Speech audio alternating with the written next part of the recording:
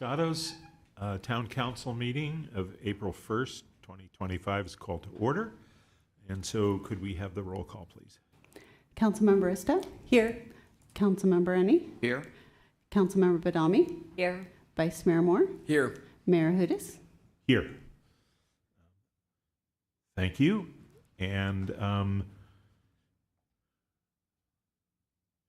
so the first thing we have is a proclamation. I'm sorry, Pledge of Allegiance first. I will lead the pledge, so please join me.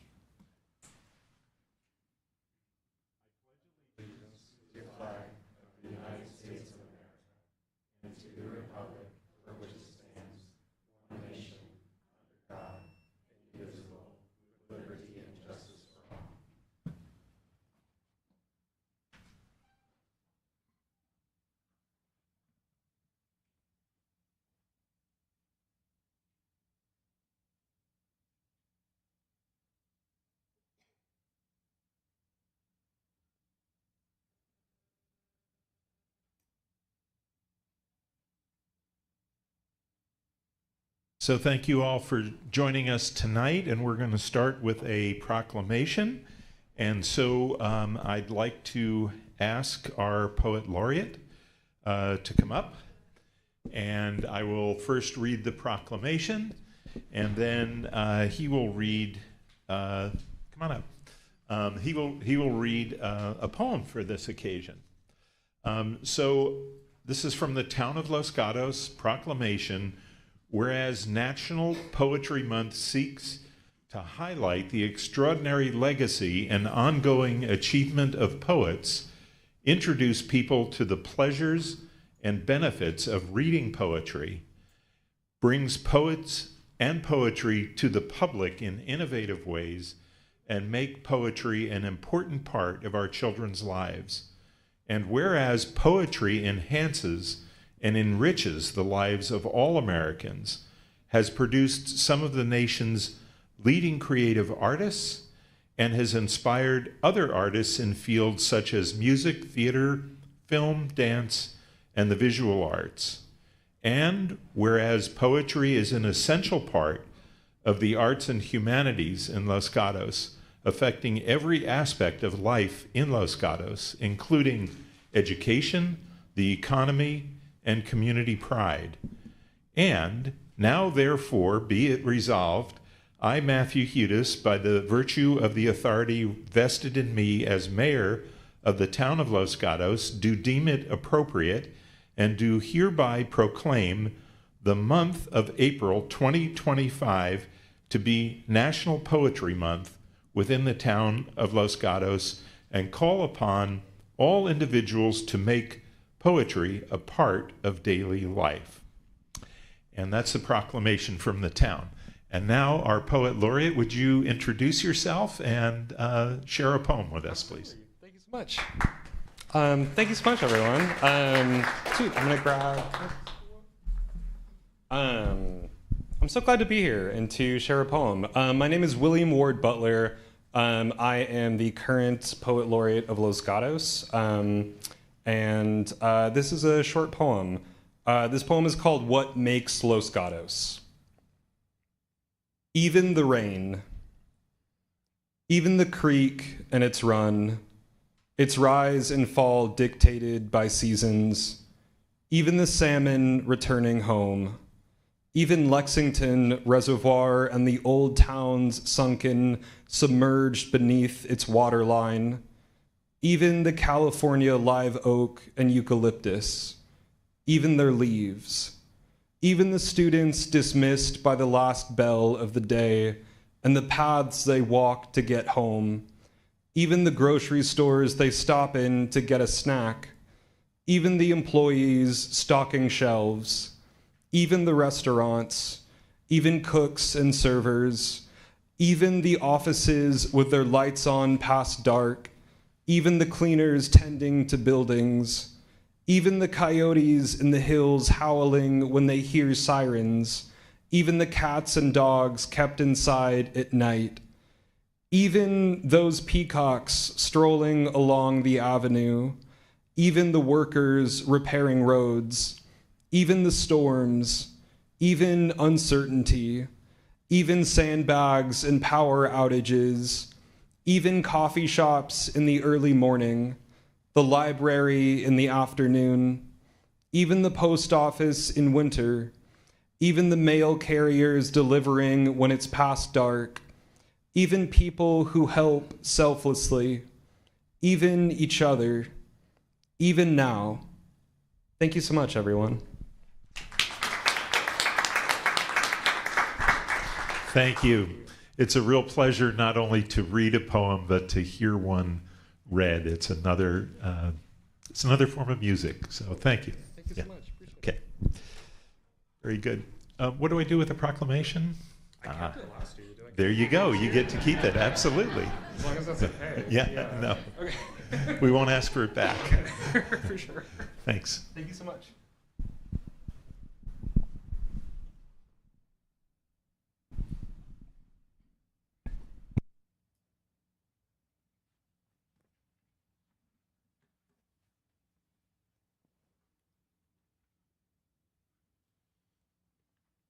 Okay, the next thing we have is a presentation from West Valley Community Services. So if you'd like to come up, we'd love to hear your presentation. Thank you, Mayor, Vice Mayor, Council members. My name is Sujata Venkatraman, and I'm the Executive Director at West Valley Community Services. And I'm going to talk about our impact report, and I'm sharing my time with Brenda here, who will share her story and the impact we're making in the community. Next slide, please. West Valley Community Services' mission is to unite the community to fight hunger and homelessness. And this is a slide showing our clients. We serve a wide range of clients from West Valley cities, and the income eligibility is anybody who's making less than $80,000 for a family of 4. Next slide, please. Our services include it's food, it's shopping. So we have a choice market in Cupertino, and we have the Parket Market that delivers food in Los Gatos and other near neighborhoods. We do rental assistance, housing referral and support, case management. We try to make sure that families are able to navigate the social services, so we provide that kind of support for system navigation, information referral, education advocacy, employment coaching, and homeless supportive services. Next slide, please. So these are our intervention where we are very unique. We have a choice market where people get to choose the food that they want. Food access is looked from the lens of meal. It's not a bag of food, but what they can make. So hence you will see in our impact numbers when we report how many meals were given out to the community. One-stop shop approach, so clients can come in, they can get all the services in one location. We have our lived experience conversation where Brenda will share a little bit about how we bring the community together to hear their needs. And we have a service learning opportunity along with advocacy around food, hunger, and housing. Next slide, please. This is kind of our broad numbers for the whole agency. So more than 2,000 individuals coming for the first time. We gave out more than 1 million meal and really prevented homelessness by providing more than 1 million in rental assistance. The Parket Market, next slide please, which is our mobile operation that comes to West Valley Community Services. This is kind of the impact number. As you see, we nearly serve 600 new individuals, 1,500 who are returning and are able to access food. And special programs, we call it our Gift of Hope and Back to School. Next slide, please. I have a correction in this slide. I was doing Los Gatos, Saratoga at the same time I'm presenting Saratoga tomorrow. I will change this. These are Los Gatos number. So 133 new Los Gatos resident and 344 individual are accessing both the market and the mobile market. And 65 households we were able to prevent eviction and prevent homelessness. And we gave rental assistance in the amount of you'll see that amount there. Thank you. Next slide, please. These are our pocket market location. We are going to be at Los Gatos near the library very soon. So we are hoping by May, we will have the new pocket market, which is smaller, and we will be able to come to the location. As you know, we were at the PAR location, but they were not able to accommodate such a big van because of the traffic, school, and all other issues. So we will be closer to the town soon. Next slide, please. And this is kind of our approach. I want to give Brenda some time. So we start with crisis intervention, where we try to solve the immediate problem. Most of the clients come in with food as their immediate problem, or eviction notices, or a PG&E shutoff. Then we move on to short-term intervention, where case management is involved. We try to make sure what else we can do so they're not in this situation, maybe making referrals, system navigation. And the long-term impact is self-sufficiency, really making sure they move from the crisis to stability and self-sufficiency. Next slide, please. We can skip this. This is kind of broad, our theory of change. I won't go into it, but what we are testing out is if we provide these basic services, how fast can someone move from crisis to self-sufficiency? And this is a theory, it's in a hypothesis, in a testing, and we'll be able to present you more impact data once we have all of the components tested out. But one thing we found out with our clients is when we provide case management and supportive services, 57% of our clients are moving from crisis to stability. So case management and the core service, which is our food, is really helping people move to self-sufficiency. At this point, I want to give Brenda a chance to talk about our impact. To the honorable men and women of this council, I'm going to ask you guys and the audience this question.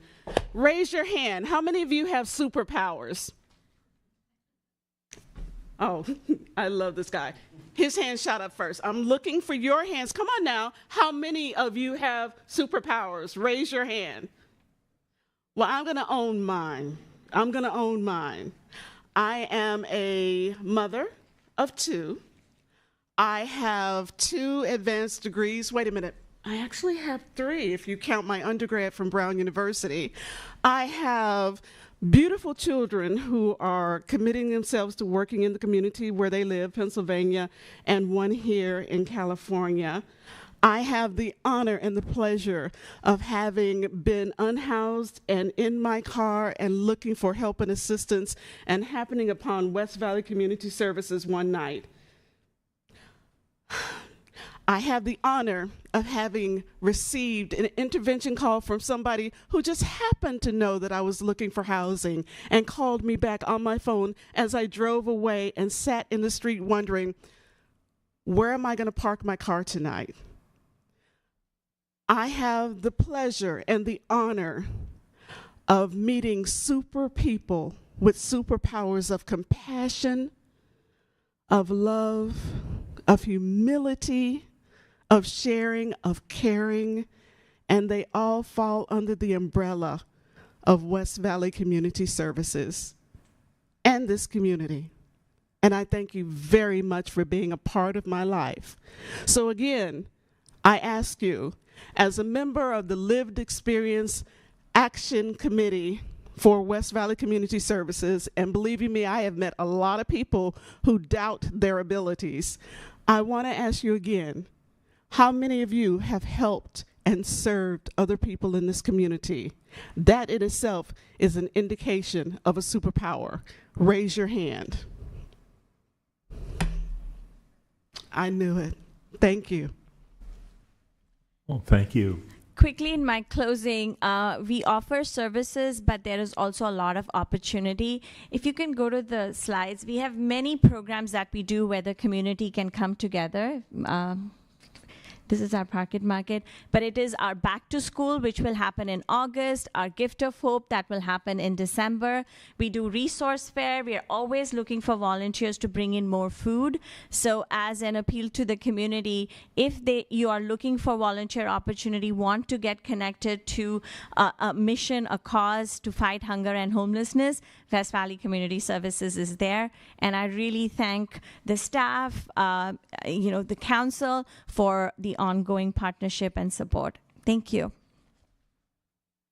Thank you. I think you may have a couple of questions, so go ahead, Vice Mayor. Thank you, Mayor. Thank you so much for being here, Sujatha. I think it's very easy to forget in our community that is, a very affluent community generally that poverty, food insecurity, homelessness, housing insecurity are all very, very real issues in our community that you do such a good job of combating. I wanted to ask a little bit more about the new Pocket Market. So can you talk a little bit about what that's going to be, how, that rollout, and then just a comment for staff, council, team. I think that's a super exciting opportunity. I think that's a super exciting occasion. And so I think if I'm doing some sort of celebration, whether it's a formal ribbon cutting or however makes sense to do that, but I think that's super exciting. So can you talk a little bit more about So as you see, the big Pocket Market is it's a 29 footers big, and it was custom built, and it doesn't fit into a lot of parking lots. So we are making a similar model. It will be a shopping experience. It's on a smaller truck. It's way smaller. It's a pickup truck, and then it will have the same opportunity for clients to come in, meet with a case manager. We will have resources there, and of course food will be there, and they will be picking their own food. So the same process. Definitely, Vice Mayor, we are going to do something like a ribbon cutting because we want to celebrate our coming back into the town location. So yes, so we will be reaching out. We're looking at sometime in May, but we will be in touch with all of you. Very exciting. Thank you. I had a question, if you don't mind. Last month, we held a hearing looking at the impact of federal funding cuts and freezes on the town's services.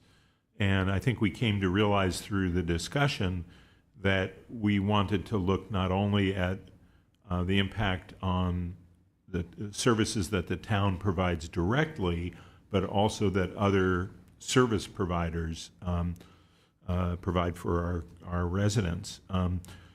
You don't have to answer now, but we would invite you back at our May hearing for sure to understand, if you know, what any idea about the impact of cuts or freezes from the federal government on the services that you are planning to provide going forward.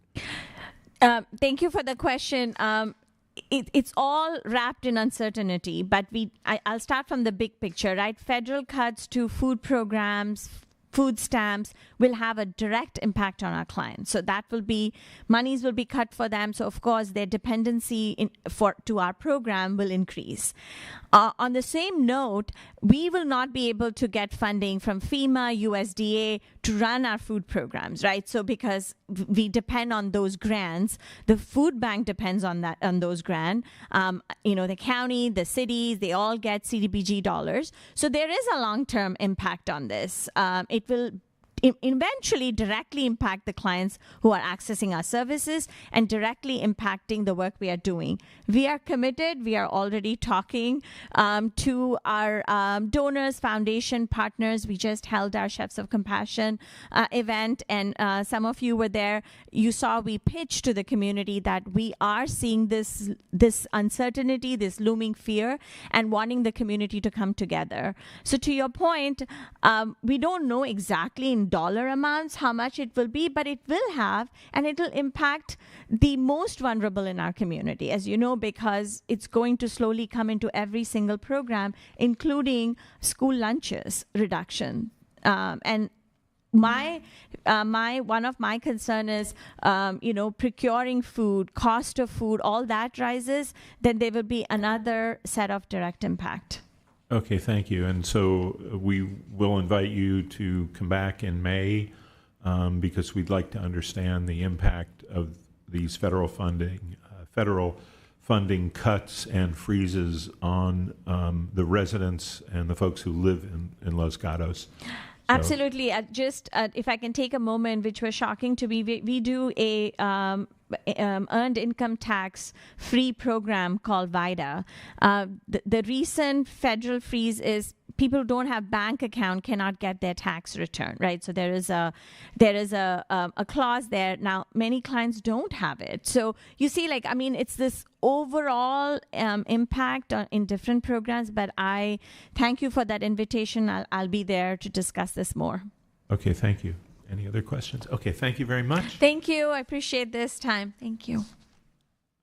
So now we'll move to our consent items. We have 3 consent items, and I'm going to ask whether council has any comments on the consent items, and then I'll ask for verbal communications on oral communications on consent.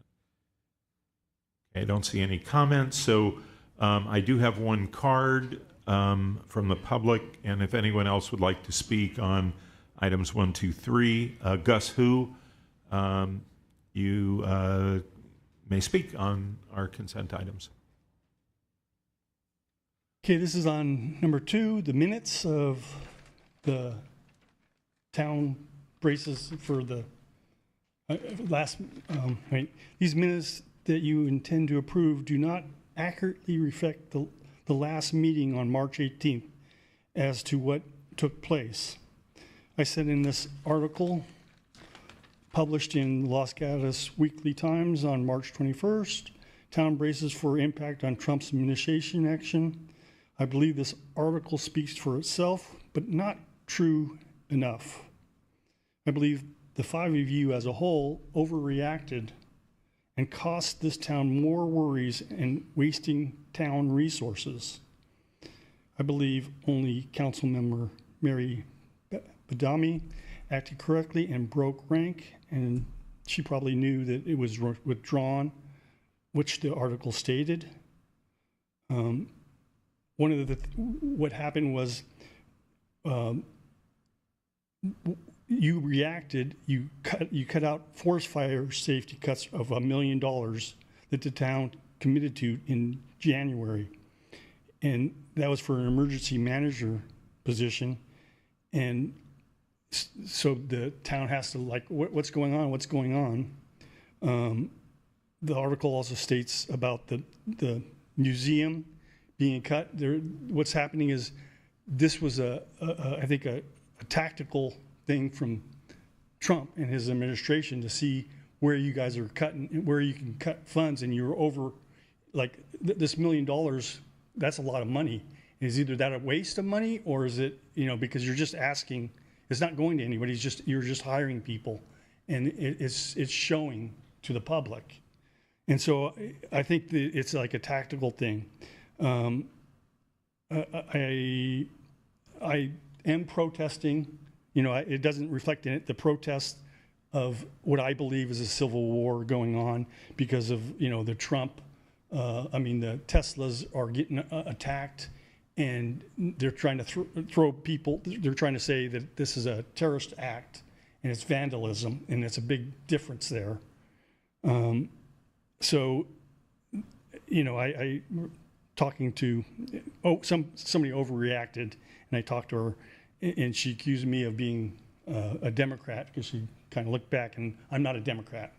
I'm trying to be, we are kind of friends, but, I'd rather sit with you guys and the 2 parties that are in the lawsuit. And I think we can easily work this out because all of you are Christians, I believe. I reflect the 15-year-old girl who spoke up and received applause. I don't know if that's appropriate here because she can't even vote, but it's turning into that. I just, in things, I just wish that we can cut out such. Thank you. Okay. Thank you for your comments. Okay. Anyone else wish to speak on verbal communication? I'm sorry, on consent items before we get to verbal? Is that card about consent? Okay.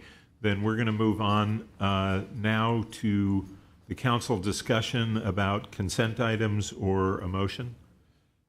Councilmember Risto. Thank you. I just wanted to make a clarification and ask staff to clarify something. We do action-only minutes, and I don't believe we took action about funding, but I also know that there was a newspaper article that really got it wrong, and our staff sent a correction to the paper. So I'll defer to our town manager to explain what might be confusing. Yes, thank you. That was interesting, and the Mercury News that published it changed their article within a day. We are not defunding our emergency manager, nor is that $1 million going away at this point. And so the recruitment, when we said is closing, means we are seeking applications, and the period for which you can apply closes on the Sunday that I referenced. And then we proceed down the process of vetting applications, inviting folks for interviews, and then making a selection. And so we are still proceeding at this time. Thank you. With that, I move to approve consent items 1 through 3. Second. Okay. Further discussion? Don't see any. All in favor? Aye. Opposed? None. Passes unanimously. Okay, we'll now move on to verbal communications, and I have 2 cards that I think are for verbal communications. And so I'm going to start with Sergio Jimenez and then Kelly Garton. Good evening, Mayor, Council Members, City Manager. My name is Sergio Jimenez, and I'm your new Government Affairs Rep for PG&E. I'm the single point of contact for elected officials and staff members. Essentially, if you have any questions about anything related to PG&E, please feel free to call or text me, and I'm going to give you my number. You guys have pens handy. It's 925-962-7678. And I'm responsible for finding information you may need or connecting you with the right person within the vast organization that is PG&E. One of the main roles that I will be playing is updating you if we have significant outages, and you can certainly call me or text me at that number, but of course during those outages, if and when they occur, I will be in touch as well. Also, I think it's important to publicly acknowledge that we at PG&E have had our challenges throughout the years, and we recognize that we need to do better. And having been with the company for a little over a month, I can assure you that internally and public facing, the commitment to our customers and our cities that we cover and our hometowns we serve is real, is sincere, and really deeply rooted in doing better. And in this spirit, I personally commit to each of you that I will be responsive and always be honest and direct about all situations that we may encounter together. And I personally believe that trust and a good working relationship really is built one conversation at a time. And to that end, I'm going to be reaching out to each and every one of you, hoping to have a conversation to better understand your concerns, your priorities, and really to provide any relevant information you think you need from PG&E. So thank you so much, and I look forward to meeting each and every one of you.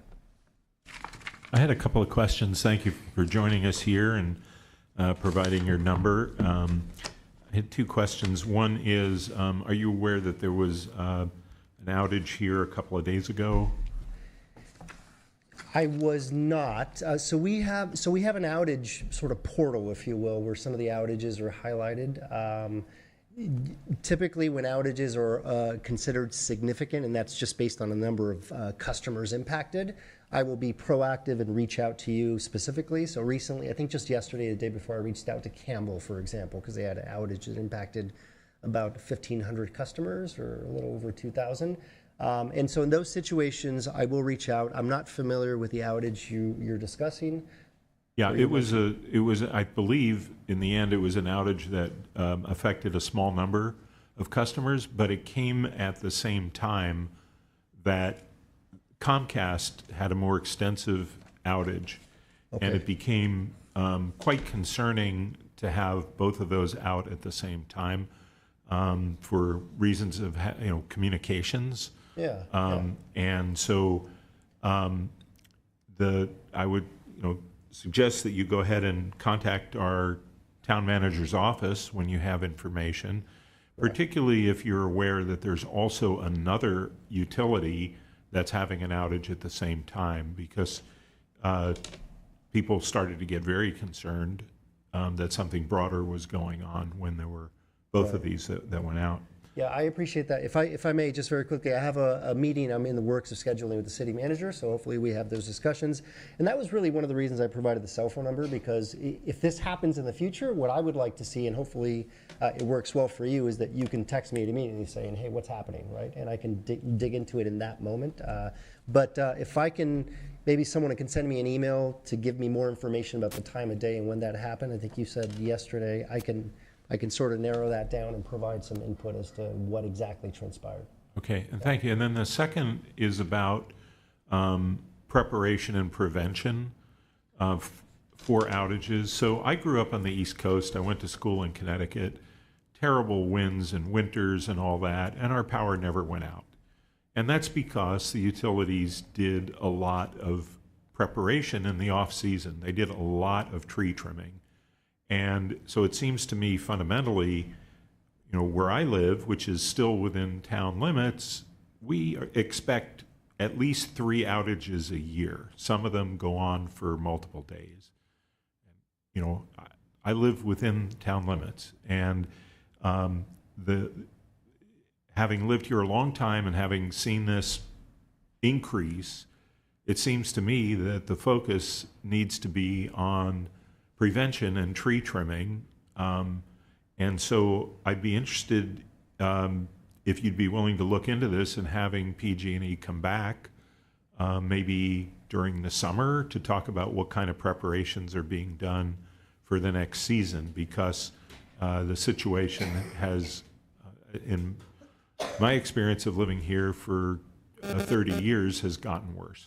Yeah, I appreciate that. So hopefully at some point we can sit down and have a one-on-one. I'm certainly going to reach out to everyone in the council, but I can bring forward everything that we're doing around vegetation management. It's certainly a business line that gets lots of money spent in that sort of area, because we recognize that a lot of the trees that everyone treasures also create some challenges in some of the lines. And so I think making sure that we're addressing that and doing everything possible to make sure there's less and less outages. I would say, though, is that sometimes the outages aren't attributed to a tree necessarily. It can be equipment failure and things of other sort of situations that can cause that. So happy to dig into it. When I meet with you and other council members, city manager, I'll make sure to bring some of that information forward.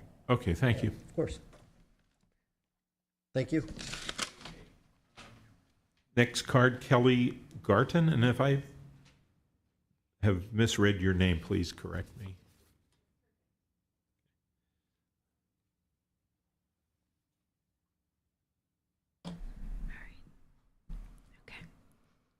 Hello, everyone. Thank you for the opportunity to speak at the Town Council this evening. My name is Kelly Garton, and I have been a Los Gatos resident since 1993. I am here today to express my concerns around Senate Bill 9, or SB 9. With the understanding that there is California state pressure that has stifled the town's ability to push back or create building guidance around SB 9, there are many communities across the Bay Area, such as Palo Alto, Mountain View, Redwood City, which are notably chartered cities, that have successfully been able to inhibit SB 9. The intent of SB 9 is to provide affordable housing. For my generation in particular, it is true there is limited affordable housing in California, meaning fewer families are able to afford single-family homes. As is the case, unfortunately, with many recent building changes across the state, instead of benefiting socioeconomic minorities, they have become an open door for investors, offering dwellings still at prohibitive costs. With the passing and adoption of SB 330, the town is pursuing numerous multi-unit housing complexes with unclear plans on how to support traffic and parking concerns, sufficient number of classrooms, and reasonable classroom sizes to an already congested town, further straining the town's infrastructure. With SB 9 urban lot split allowing up to 2 structures on each parcel, the town is no longer talking about large housing developments that have been relatively restricted to main roads not directly embedded into purely residential communities. There appears to be a minimizing of SB 9 effects due to its recent adoption in 2022. And the limited number of SB 9 applications the town has received so far. However, as Senate mandates continue to change in the current political climate, it is likely there will be a cascade of these applications. With SB 9, this introduces high-density housing in established neighborhoods with very little exceptions, such as historic neighborhoods, with no opportunity for public comment, and in many cases, no notifications to the immediate neighborhood. Particularly with the recent reclassification of fire zones with SB 9, there are reduced setbacks, more structures, which impacts fire response access, fire escape routes, and has implications to tree management as well as tree preservation. This brings up a large public safety concern in regard to the increasing fire hazard across the town. My home, for example, recently shifted from high risk to very high risk fire zone. I have lost fire insurance coverage twice in the last 3 years, and my premium has risen by threefold. For longtime residents, rising cost of insurance is one main reason why they are forced to leave this community. These state bills intended to be blanket guidelines for a diverse set of counties and terrain need to take into account the context of the land and neighborhood. The intent of the Thank you. You can finish that sentence if you like. Sure. The intent of the state of providing affordable housing is not being demonstrated in practice, in particular when it comes to SB 9. I respectfully urge the town to reflect on the consideration for all new and existing residents of the community. Thank you. I think we're going to have another go at SB 9 due to some changing state requirements. So hopefully you'll be willing to come forward and talk about that when we bring that again. Sure. Thank you. Thank you so much. Okay, Lindley.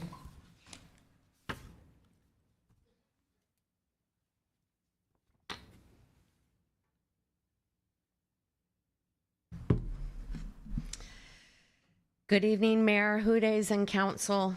I want to begin by apologizing and asking you all to forgive me, including those in the audience, for getting so angry at the outrageous and concerning hate speech we all heard from those who spoke at last meeting about shutting down Elon Musk's new Los Gatos Tesla business.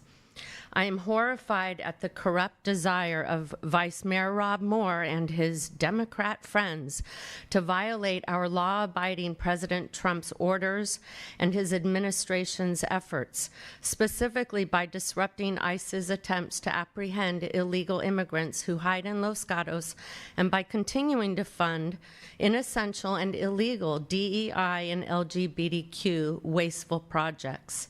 Shall I request a Christian flag or Irish flag be raised? What are the limits?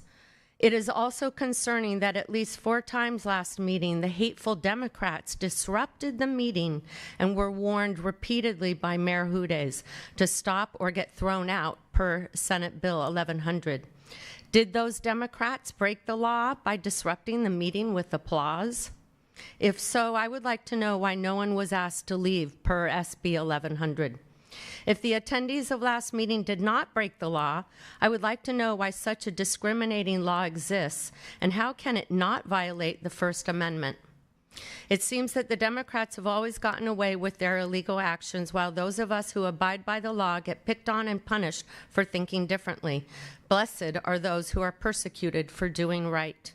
Since the Biden presidency, there have been no safe spaces in Los Gatos for Americans with traditional values and mores. The majority of people in Los Gatos are scared of the violent and vindictive far-left liberal Democrats that run Los Gatos with their installed officials and puppets sitting on our town's commissions. The good residents of Los Gatos will not speak up, even if it means staying silent to the immoral or unconstitutional actions we've witnessed and ridiculous lies we've been told to believe by our government government and mainstream media. The good residents of Los Gatos are afraid the Democrats will shut down their business and deprive them of life, liberty, and the pursuit of happiness if they don't obey or if they disrupt the radical left's agenda to destroy America with George Soros's help. I warned Los Gatos residents repeatedly about the false narratives pushed on us over the years, from flu-like COVID, worthless masks and social distancing, dangerous vaccines, to the racist, sexist, and perverted DEI, CRT, Black Lives Matter, Listen, Learn, Change, Grow, Drag Queen, Storytime, and LGBTQ, blah, blah, blah. Immorality destroys societies and will destroy us if we don't wake up and stop it now. Unfortunately, my warnings were not heeded. Those who fell prey to their own lies and deception are paying the price now. These same people who screamed the loudest for defunding the police are now crying the loudest that their inessential organizations with wasteful projects and worthless jobs are being defunded. Thank you. Your time has expired. I have written a proclamation which I'd like the town council to consider. Thank you very much. Okay. Next speaker is Me Bad. Is there such a person here? Okay. Chris Wiley.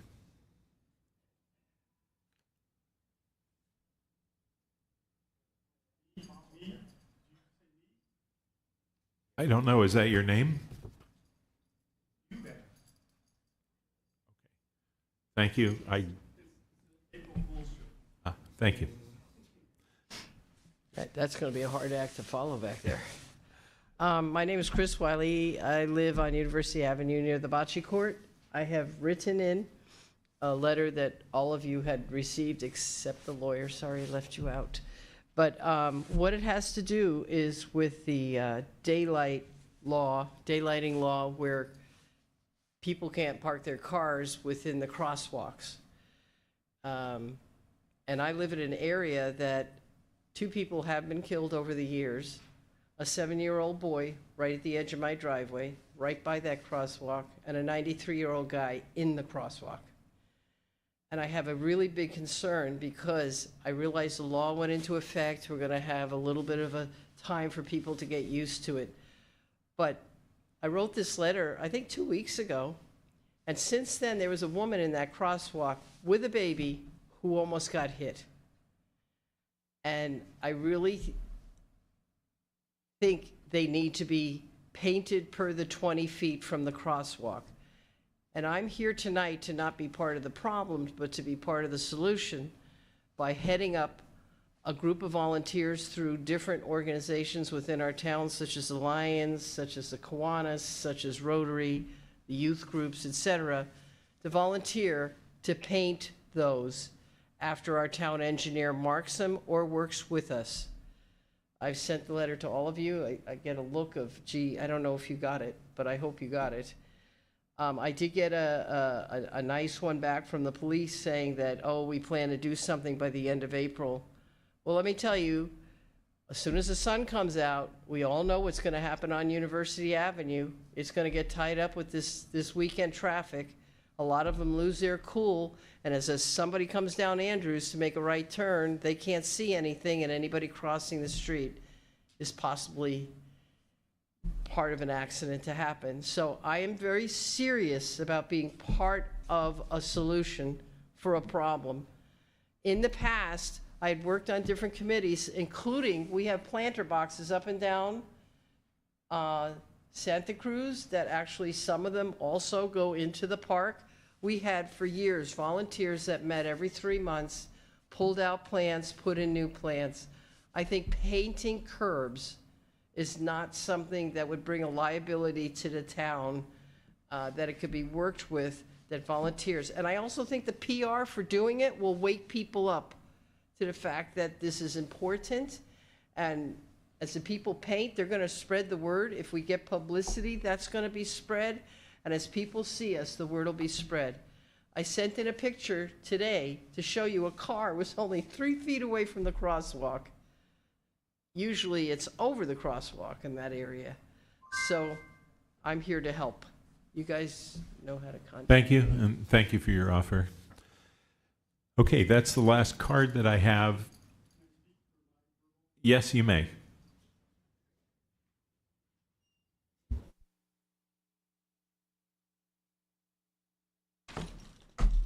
same issues that, censorship. I sent you guys in that 3-minute thing. I wish that we can have Lily and those, some people haven't seen it, some people haven't. But that is very important because I can clear, there's truth behind that. And there is a second shooter. To the $1 million thing, I have a Saratoga clip. There's the article. Here's the article. I'll give you the thing. There's they have some proposals on here. I don't know if you guys read it. Okay, yeah. I don't know if you. It's sort. And then what else was it there? The Yellow Brick Road on Lynn Avenue. This is in the article too. That traffic safety remains a top concern, for Saratoga. It's highlighted here too. So I'll pass to make sure that you got. I don't know if you have this little clip. Is it the same one? I think that's okay. I'll make sure that you get it. That's it. So if you want to watch if I can have that off record, I'd appreciate it. Thank you. Here, I'll just give you Thank you. Yeah. World Cup Soccer, 2026. Do we have anyone online who wishes to speak on verbal? There are no hands raised on Zoom. Okay, so we'll close verbal communications and we'll move on to other business. And item number 4 is to discuss and provide direction to staff on options and budget considerations for the town's annual special events for fiscal year 25 to 26. Good evening, Mayor and Council. I'm Monica Redden, the Economic Vitality Manager. Before you this evening is an item that gets into a lot of details about events and some options. So I'll take a couple minutes to kind of add some color to the background, but I don't want to waste too much time on a staff report. Just know that we are here as well as the police chief and the Parks and Public Works director and our events specialist to help support the conversation tonight. There's no doubt that special events enrich the character of Los Gatos and promote community vitality. Staff truly enjoys implementing these opportunities for the community and appreciates that they have the opportunity to connect and to come together to celebrate. So the 3 options that you see before you tonight, first is to eliminate Screen on the Green and to expand Spring into Green. This option would have no change in the existing budget, hard cost budget for the town. The second you see is to eliminate the Screen on the Green and make no additional changes to the events, which means that Spring into Green would stay as it is. And this option, we could realize a hard cost savings. And then finally, we come to the fall event, which was the original direction from the town council in October and then again in December.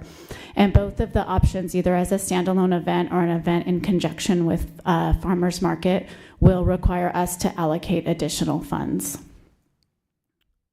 So quickly, as I alluded, we came to you in October to talk about the town events, and which time we discussed that while Screen on the Green was a wonderful event and had a great run, it was really seeing a decline in participants. But what we did realize is that through the DEI's participation this year, it was a really great chance to have the community come out. And in parallel with that, we're experiencing some challenges with the capacity at Spring into Green, as it's intended to be a sustainability event that actually meets some of our waste diversion goals. And we found that over time it's expanded to a community organization event, which is really wonderful to have. However, we want to make sure that we're still meeting that original intent.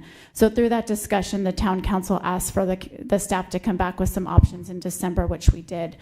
Through that discussion, it was decided that the council would like more information on a fall festival that takes place in Plaza Park, with 2 options, one in conjunction with Farmers Market and then a second that was a standalone event. So we have outlined those in the staff report with elements as well as with an estimate of the hard costs and an estimate of what it would take to staff them. So some of our background work that we also did was we went to the DEI Commission at the request of the town council to share some of the findings and some of the ideas We did not take any, the DEI Commission did not take any action, but did provide some comments, and those are outlined in the background section of your report. Additionally, staff heard the conversation that took place at council regarding strategic priorities in January, where we identified emergency preparedness, prudent fiscal management, and then the character of the town in regards to housing as our top 3 priorities. We also heard the subsequent discussion about concerns with balancing what the needs are going to be under a constrained budget. So hearing all of that, staff felt that it was important to come back with additional options for the council to consider tonight that did take into account resources as far as staffing resources and as far as hard cost resources. So that is why you have additional options in your staff report tonight. And staff wanted to be respectful of the fact that we're still providing the options of the direction for the fall festival, in addition to some of those other options that you see. And as I previously stated, each of those recommendations do have the details that we priced out. In addition to all of these conversations, we also had a food festival idea that has come up through some comments at a council meeting, as well as some meetings that have taken place. And during this during one of the conversations, the Chamber of Commerce actually offered to find a way to partner with the town, as we know that the fall is a very busy time for events. Out of the 8 weekends in September and October, we already have 6 events that have filed applications, and 2 of those are multi-day events. So we know that there's a pretty big impact, and we know it's a pretty popular time for folks to be in town. So what the Chamber of Commerce had said is, you know, they're doing a premier wonderful food event in the fall already, and would it make sense if the council does want to move into a direction of a food festival to create a second one?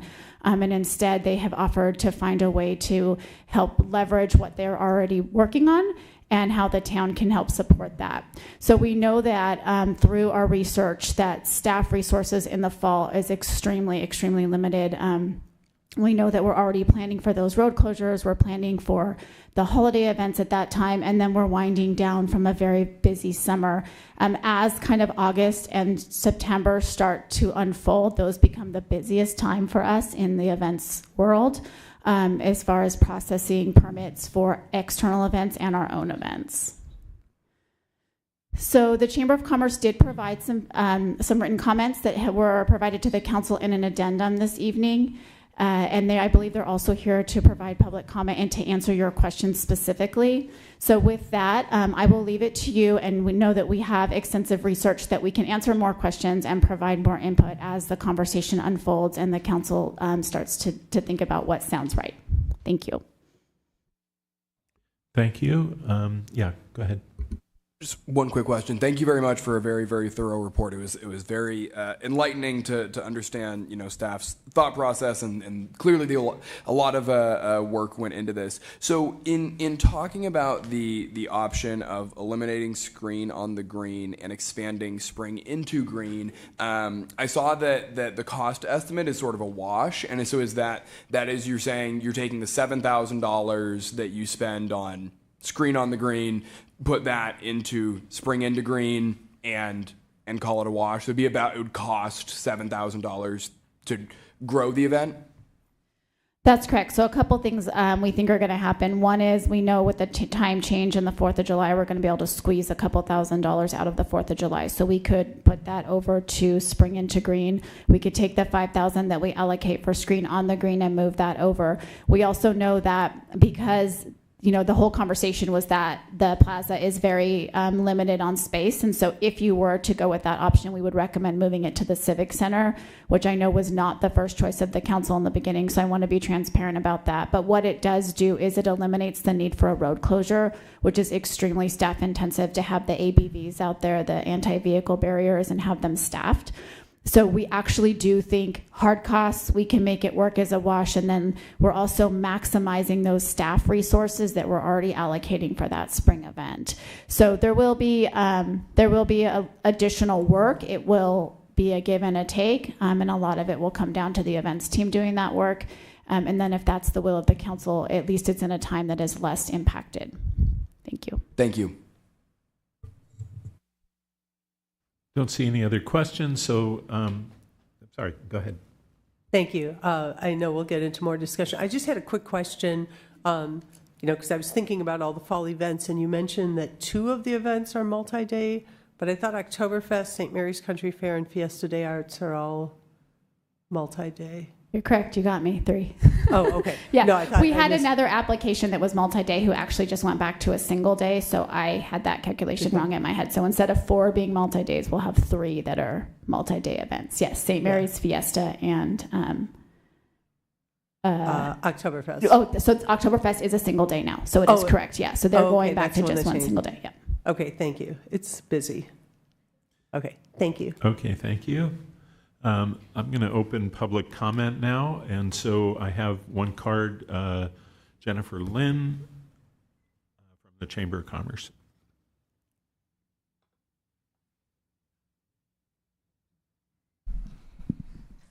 Good evening, Mayor, council members, town manager. I'm Jennifer Lynn, CEO of the Los Gatos Chamber of Commerce. I'm here with half of my staff, as well as Terry Hope, who is co-leader of the Chamber's Food and Wine Group, and the group that's kind of foundational to Taste of Los Gatos.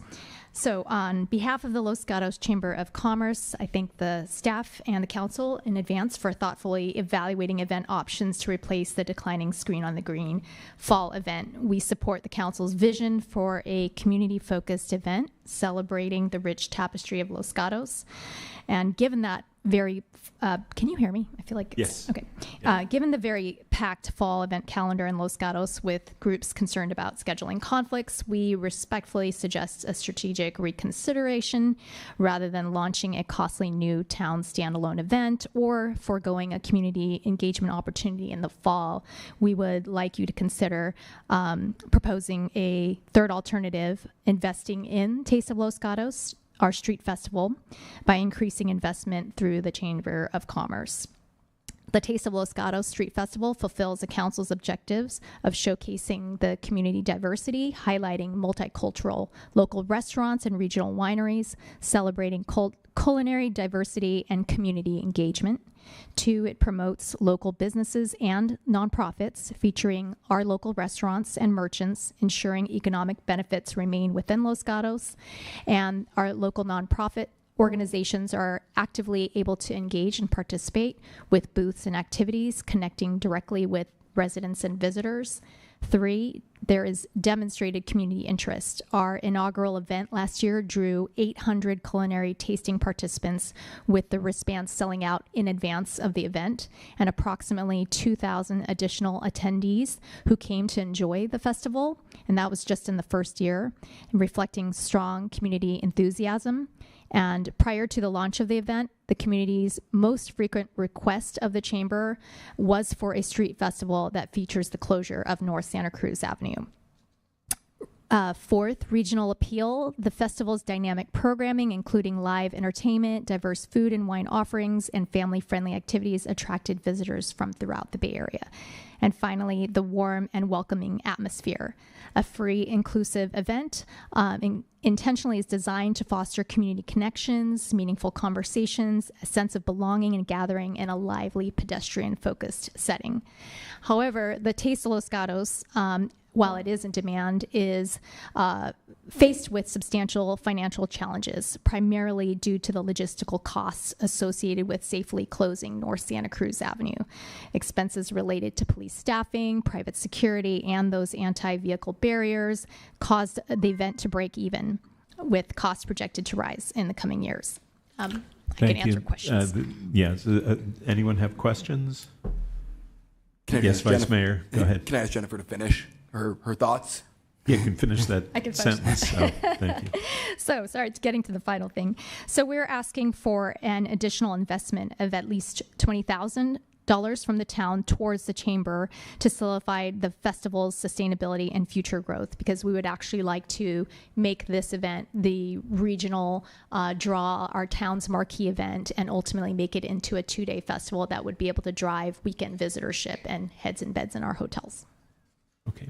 I had another question relating to that. And so do you see the possibility of the Taste of Los Gatos encompassing the ability, really it was put forth by the DEI Commission, to expose people to various cultures and food tastes internationally, as well as other kind of cultural things that might go along with that. So including the potential of the restaurants conducting a little cooking session, an explanation of the cultural meaning of the foods that they're serving, and that type of activity.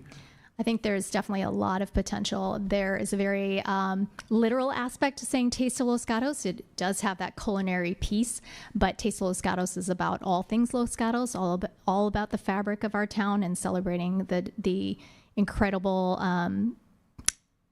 complicated texture fabric that we are. And I do think that we have a huge diversity of different cuisines represented by our restaurants, and through breaking of bread and sharing of food, I think it is a wonderful opportunity to be able to show off cooking demonstrations and potential programming.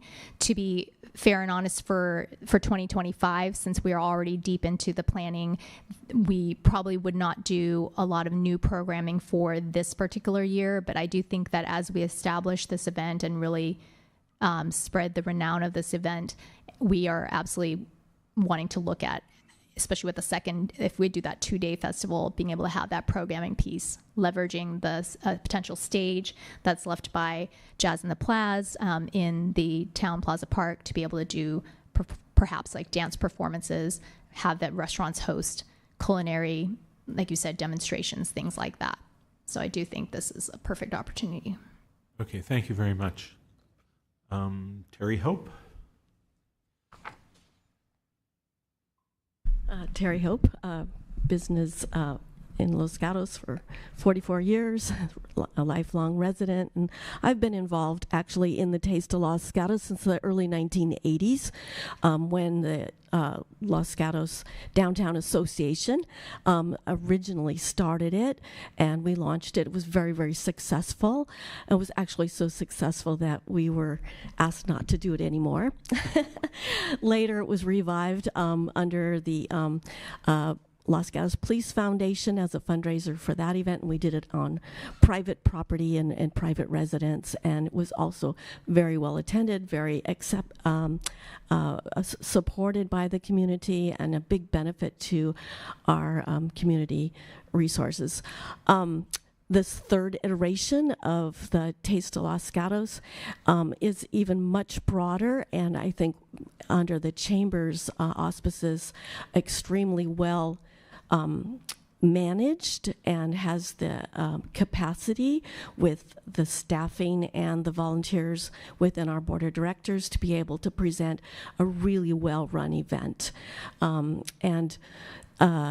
We have a lot of exciting ideas, celebrity chefs, cooking demonstrations. We have a very, very diverse number of restaurants, and that's growing in our community as we speak. So we're so excited about being able to spotlight the diversity of our community to our residents as well as the greater Bay Area. So my role will be co-hosting it this summer and doing a lot of the planning and helping to make it happen. But I would just really like to encourage the council to consider funding a little bit better the Chamber of Commerce to make this happen and make it happen on the scale you'd like to see it on and we'd like to see it on. And I just thank you, and if you have any questions, I'd be happy to answer. So I did have a question. Since you've had the opportunity to see this evolve over the years, and with the sort of professional leadership of the Chamber of Commerce now, do you think that there's an opportunity to make the Taste of Los Gatos something that could evolve into more of an international food festival, maybe international food and cultural festival, with a partnership of the town and the ideas that have come from our commission that's working on diversity? Do you think that's possible given the experience of what you've seen? Absolutely. And in addition to the international food aspect of it, I think the cultural music, dance, arts could also be incorporated into this, particularly using this town plaza as a central point of gathering and for these extra cultural events that we'd like to see happen. One other follow-up on that. If we were to create a bigger deal than what has been the Taste of Los Gatos in terms of attracting people, is it realistic to expect that we could attract people who might stay, particularly if this turned into a 2-day, and contribute significantly to our sales tax revenue and our TOT revenue, which has been pretty flat for some time now? Yeah, I realize that the hotels are not as at capacity, and although I think our business community and our pedestrian traffic is very heavy, we have very few events that are 2 or 3 days that would draw people to come in and stay for the whole weekend. So there's 1-day events, maybe like the wine tasting events. They're 1-day events, and they bring people in just for the 1 day. But we have so much to offer and so many beautiful restaurants and the capacity to be able to serve those people if we have something that has a 2 to 3 day activity, say Friday night activity, all day Saturday and all day Sunday, and maybe culminating in some kind of a particular event. And just one last thing. So I know we're not contemplating more than 1 day for this year. Correct. Because of the logistics. Do you see the possibility of this becoming this 2 or 3 day thing that we've been speaking about? I have every confidence that it will snowball into that, exactly. Okay, thank you. Councilmember Risto, I know you had a... Thank you. So I have a question for either Terry or Jen. I'm not sure who can answer that. So, the ask is for $20,000 to enhance this. What does it look like if you don't get the $20,000? Because you did it last year without that. Yeah, so as I mentioned, we broke even, and it sounds like that the costs are going to increase from the road closure. So we're not sure what that'll look like. It could be slightly negative. We are making enhancements and learning a lot from the previous year. So hopefully we can optimize so that we don't we don't lose money. In a worst case scenario, there's a possibility of doing the event without a road closure. It would look a little bit more like the Chamber of Commerce's Wine Walk.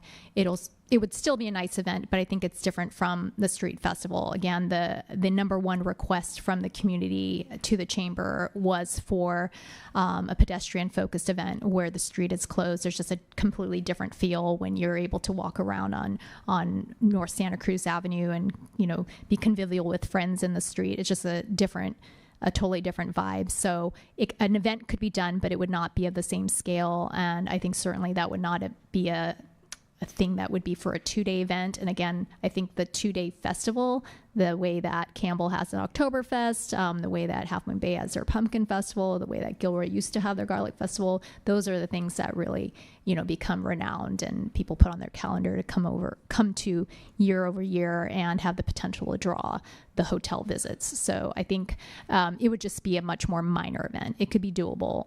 So that is definitely in our back pocket of, what would happen if we don't have the right level of investment. Okay, thank you. So I have a couple of follow-ons. Yeah. One is, okay, I lost my brain. All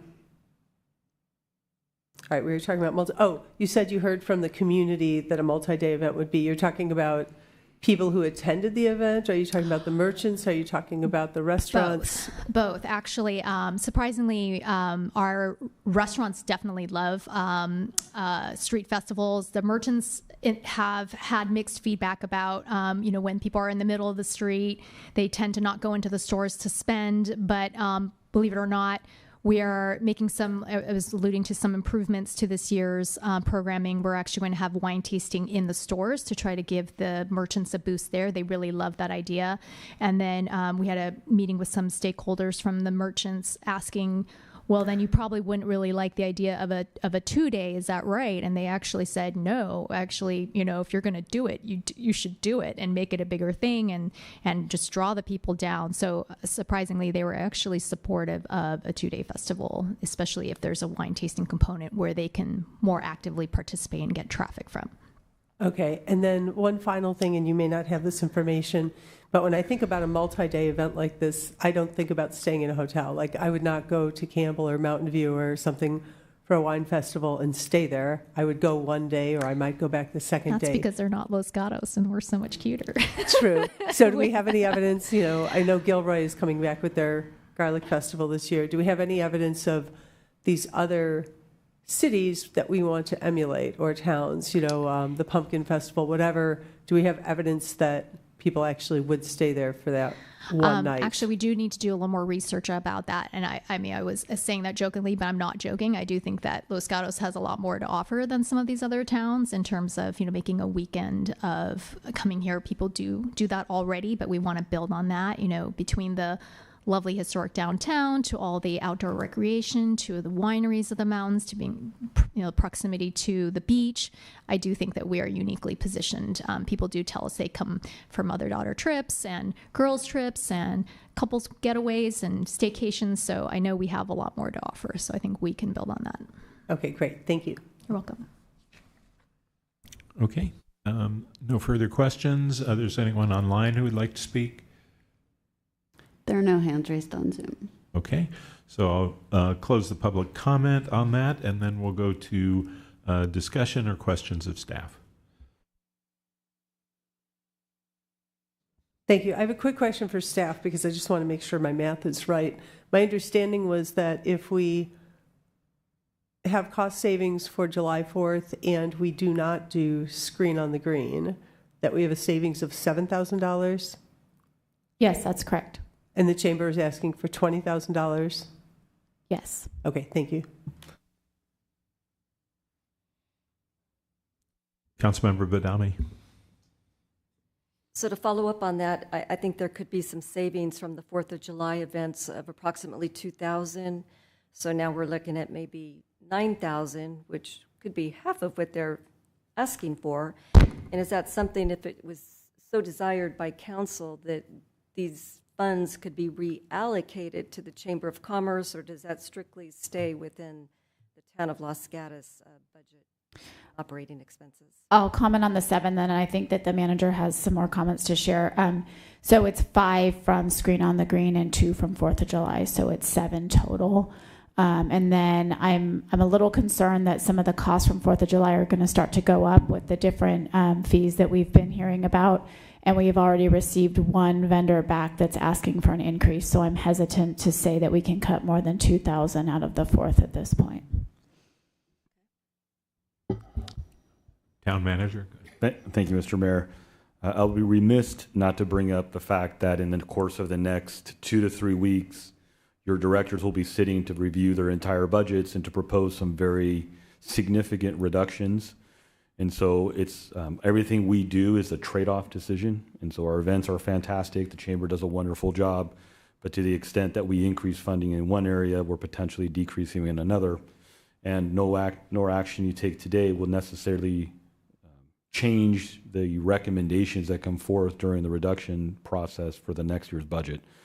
And so I would ask that you be mindful of the long term. Irrespective if the dollar amounts are small, every dollar will count trying to shore up the budget. Thank you. And I did have a question that triggered a thought that I understand that we may be asked to make some cuts during the budget, but also I think we need to be mindful that we should also be thinking about how to increase revenue, not just make cuts. And I don't think that we can cut our way to success here. I think that given some of the challenges, we need to really focus on the things that can stimulate our local economy that gives us sales tax revenue and TOT that is substantially down or flat. And so I wanted to go back to some of the other events. I'm kind of looking at some of them that have the larger price tags and, thinking about could they drive as much as the potential of a 2-day festival. I know that's off the table for this year, but it certainly could be building. And so I'm looking at, for instance, the Halloween activity. I would guess that doesn't drive very much business at all. And it is a heavy burden on our police department. I'm not saying that we cut it, but I'm wondering, there's $47,000, $41,000 in police support for that, and it kind of leads me to a question. I started looking at what is the PD staff cost for some of these, and there seems to be a very big range from Spring on the Green, averages out at $212 an hour, and at the high end, the Halloween and the parade are $424 and $524 a piece. And so I'm wondering if we've thought about trying to optimize the services, the police services that are being provided for some activities that don't necessarily generate as much revenue as something like this might. I'll start, and then I think the chief may have some comments. So the way that the numbers were derived, actually staff spent a lot of time. We went through the last year, and we actually looked at who, not just an average overhead cost, but we looked at who was at each event and how long they were there. So what we're recognizing, the reason why they don't all average out is a lot of, like Spring on to Green, there wasn't a lot of overtime. We know by the time we get to the holiday parade, like 98% is overtime, and there's a variety from sergeants, corporals, the chief. So what we really tried to do is we tried to capture the true costs of who is at these events, and not just arbitrarily say, oh, there's 20 PD and we charge $300 for PD, so here it is. And we try to really give the council the true costs, and I'll turn it over to the chief. Jamie Field, Chief of Police for Los Gatos Montesino Police Department. For Spring and Green, the cost of staff related to the police department is really myself and Claudia Martinez, my executive assistant, to support the Youth Commission efforts and presence out there. In addition to that, it's really parking control. When it comes to the end of the year events, specifically Halloween, Los Gatos and Lights, and the holiday parade, there is a robust lead up to that. That's a lot of collaborative conversations and meetings. So those are all accounted for in that number that you see there. Additionally, it's for the parade, it's the entire police department. It's all hands on deck, and it is a mandatory work day actually for us this year to assure proper staffing. Halloween is more of a safety element because we all know whether we step away from Halloween or whether we're present for Halloween, there is going to be a large influx of Halloween activities, specifically on Johnson and over on Tate. And so whether we're present or not, that's going to occur. What our presence is there for is to assure lost child, any kind of safety concerns, and also the road closures that the town is elected to invest in for the last several of years. And that usually leads to a multitude of officers either holding over, coming in early, or additional overtime as well. So as a follow-up to that, and the reason I'm asking is that it seems as though the holiday parade, and to certainly a large degree Halloween, don't necessarily generate as much economic activity as some of the other things that we're talking about. And so is there a possibility of, for those events, partnering more with some of the service organizations who might be willing to do more volunteering to help us provide an opportunity for Halloween, or the other one is the holiday parade? If you're referring to some of the service-based, or if you're referring to such as CERT, Reserves, Explorers, and DART, all of those are overseen by the police department resources. Is that the direction you're I'm headed? also thinking about the service clubs, Rotary, the Rotary clubs, Kiwanis, and Lions. Lions, of course, plays a big role in the holiday parade, and they're not quite as large as an organization. But what I'm trying to get at is, can we kind of look at this and say, can we find $20,000 by, or maybe it's only $13,000, by shifting some of the responsibilities for things that don't produce as much vitality and economic benefit, because we need that. That doesn't only help the businesses. Obviously, it helps the residents who are potentially facing service cuts or other tax measures. And if we can raise the bar on our economic activity, it can benefit everybody. So I'm just asking, is it possible to take a look at this in total and see whether we can, try to find some more money for things that maybe have more economic benefit? I would say that we run pretty lean as it is. We have to get volunteers to come in a lot of the times on overtime or to sign up for an extra shift. We can definitely take a look at these numbers, but if I'm being 100% honest with you, I don't know that we're going to be able to say, oh, we no longer need that staff there, because as it is right now, we don't have any additional staff that we don't need on. From the events team perspective, we've actually worked really hard to try to figure out what we can use vendors for, what we can rent, because we also know that staff time is like a non-renewable source. So not only are we having that dollar that's attached to the staff, we know that it's also wear and tear on the staff, and it's taking away from something else that they can do. I would also like to offer that even some of these events that aren't necessarily driving immediate shopping, we know that they provide exposure, and we talked a lot about this with the chamber, even through some of the beach traffic conversations. It's, the more somebody comes through town and spots a new business, they may come back. We've heard that at the wine walk as well, that it's brought repeat customers. So it's hard to say the direct economic impact of an event without doing some really extensive surveying on, did it drive people to come back another day or to buy something that they wouldn't have actually purchased if they weren't at the event.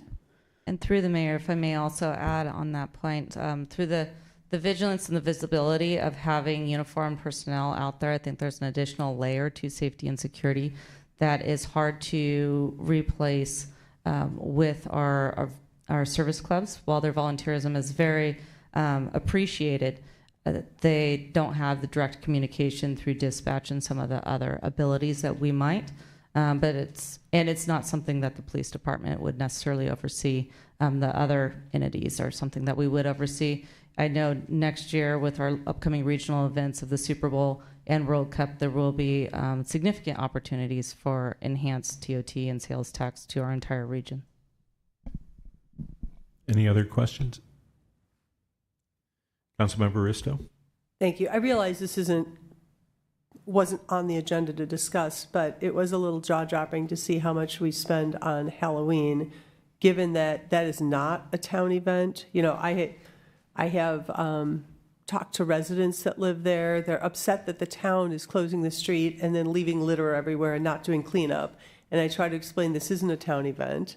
This is a matter of too many people showing up in a concentrated area where my understanding is for safety reasons, we felt compelled to close the street, but this isn't something we choose or that they pull a permit for or that we're responsible for.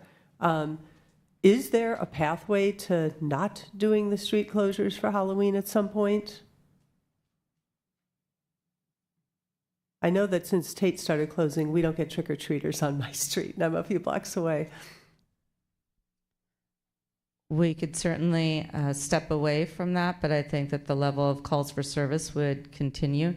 While I can't necessarily account for what the prevention is that's out there in terms of our presence, what calls did not occur because we were there just to have the conversations to locate that lost child or just to provide that assurance. I know 2 years ago there was a very large firecracker that went off that was very significant, and it was, I believe, our presence that kind of helped that crowd maintain their calm nature. So I think that the measurement on what that would do is very difficult to tell. Yeah, and if I can continue, I mean, it's kind of chicken and egg, because once the streets started closing, then more people showed up, and it feels like if we didn't have the street closures, people would still mindlessly take over the street, and I don't know how cars would get through. But I mean, $47,700 for 2 streets for an event that we didn't plan, that we didn't choose, and that we're essentially responding to is a big driver of cost. So I don't think we can solve that tonight, but I am curious if either the hours could be scaled back or something at some point, or how we can work with the neighbors. Thank you. I have, Vice Mayor, go ahead. I just have some thoughts. So if you have a question, go up. My thought was that it may be impossible to decide this tonight because there's this big information about the budget that we don't have. And I don't think we want to adopt something tonight that we would then reverse and say, oops, we didn't have the money for a decision. So I actually am not in favor of making a decision one way or the other tonight to allocate money. So that's my thought. Mayor. Thank you. Yeah, so I'll just provide some of my general thoughts on this. So I first want to say I just really appreciate how staff approached this. I think the council gave a lot of direction on this that was basically, explore all possibilities, and I think you really have explored all possibilities and options. So thank you for that.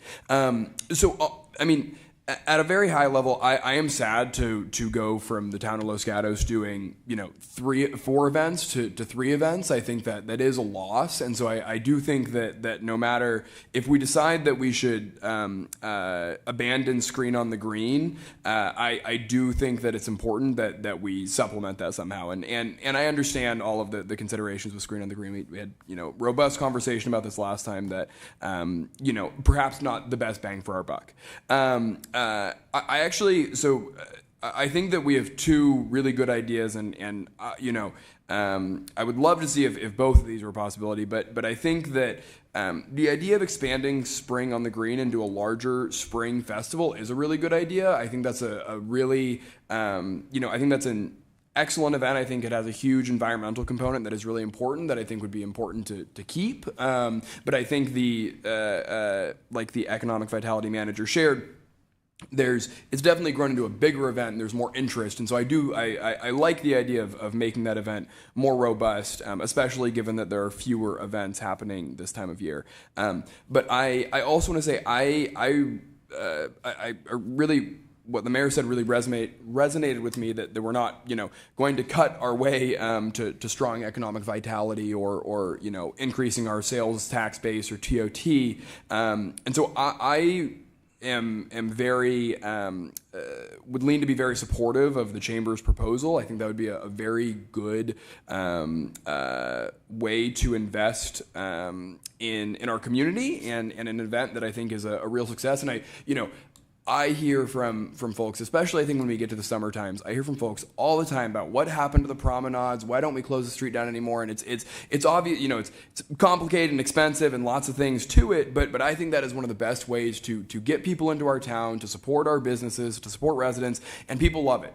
Taste of Los Gatos was a huge success, and I would hate to see it get to a position where we couldn't close down the street anymore. I really do think that the events where we're able to do that really make for some of Los Gatos' best events. So I would be inclined to support that. I would be, to the mayor's point, I would be fine waiting until we have more budget discussions about this. But if we went that direction, I would want staff to, I'd recommend to staff to think about how we can think about this potential $20,000 cost and working that in given our other capital desires for investment.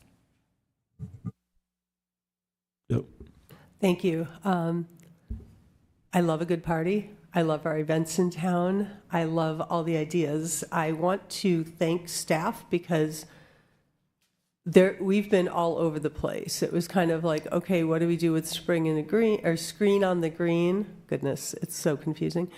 Screen on the green, diminishing, do we enhance it? Okay, let's replace it with a fall event. Wait, should we, and so every option you gave us, we kind of went into until you were robust enough to present us with all the options, show us what we're doing, show us what the costs are. My big framing point right now, I mean, I'm ready to make one decision tonight. I think we should eliminate screen on the green is where I think makes all the sense. That is a diminishing event. It's also at a time of year where we've just learned definitively that we have 6 out of 8 weekends with activities. There's something happening all the time in Los Gatos, and when there's not, Los Gatos is happening. So we don't need an event for downtown to be a place for people to be, for Vasona to be a place to go rent a boat, whatever. So there's that. I'm not inclined until we get through the budget to allocate that money for anything. I'm really concerned that when we're looking at potentially difficult budget decisions coming forward that are going to have potentially real impacts, I'm not diminishing what the impact might be if we skip an event and we don't invest in something else. But I think this is a relatively easy place to save a small amount of money. And if we don't start doing it with each little thing, it's going to be very, very painful later. So to me, saying, okay, we're not going to do screen on the green, it had smaller attendance, we have other events, I don't think we have to enhance Spring into Green right now. Spring into Green is an environmental event. The entire point of expanding it was to allow groups that don't fit under the umbrella of environmentalism, expand it beyond Earth Day and accommodate those other participants, and there may be other ways those participants can participate in the town. I know that last year at Oktoberfest, it was at Fiesta de Arts. Silicon Valley Clean Energy was there with their all-electric portable home. There was a whole environmental component there. They also show up at Spring into Green. So our events blur. Different groups that want to have booths can apply to be at other events. And I will tell you that from the perspective of a visitor, they don't know deeply who's putting the event on. If you show up and Kiwanis is doing an art and food festival, and you show up and the Chamber's doing another event, or the town's doing another event, they're all events in the town. We benefit regardless of whether we put it on or not. And so at this point, especially considering that we may have to make super hard decisions, I'm okay with going from 4 events to 3. And if later, as we do our budgeting, we say, wow, we've got an extra $20,000 or something, we can have that conversation about enhancing Taste of Los Gatos. But I think up front, before we have to start making cuts to not only keep an event that we don't have to have, but to enhance money into another one doesn't work for me. Yes, Councilmember Badami. So I agree with everything that's been said. I love the idea of a Taste of Los Gatos. I know Jennifer and Terry, you could make this just phenomenal for us, but we do have budget concerns, and I think it's prudent for us to wait to make a decision until we realize what our budget looks like.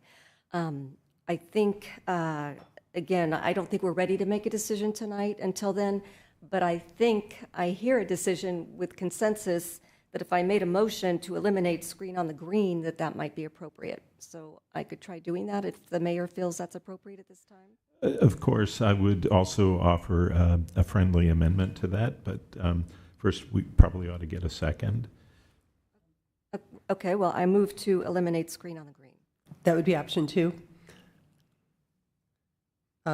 That's eliminate screen on the green and direct no additional changes to the town's annual events at this point tonight. Yeah, we can add that extra wording to it. Okay, I'll second that.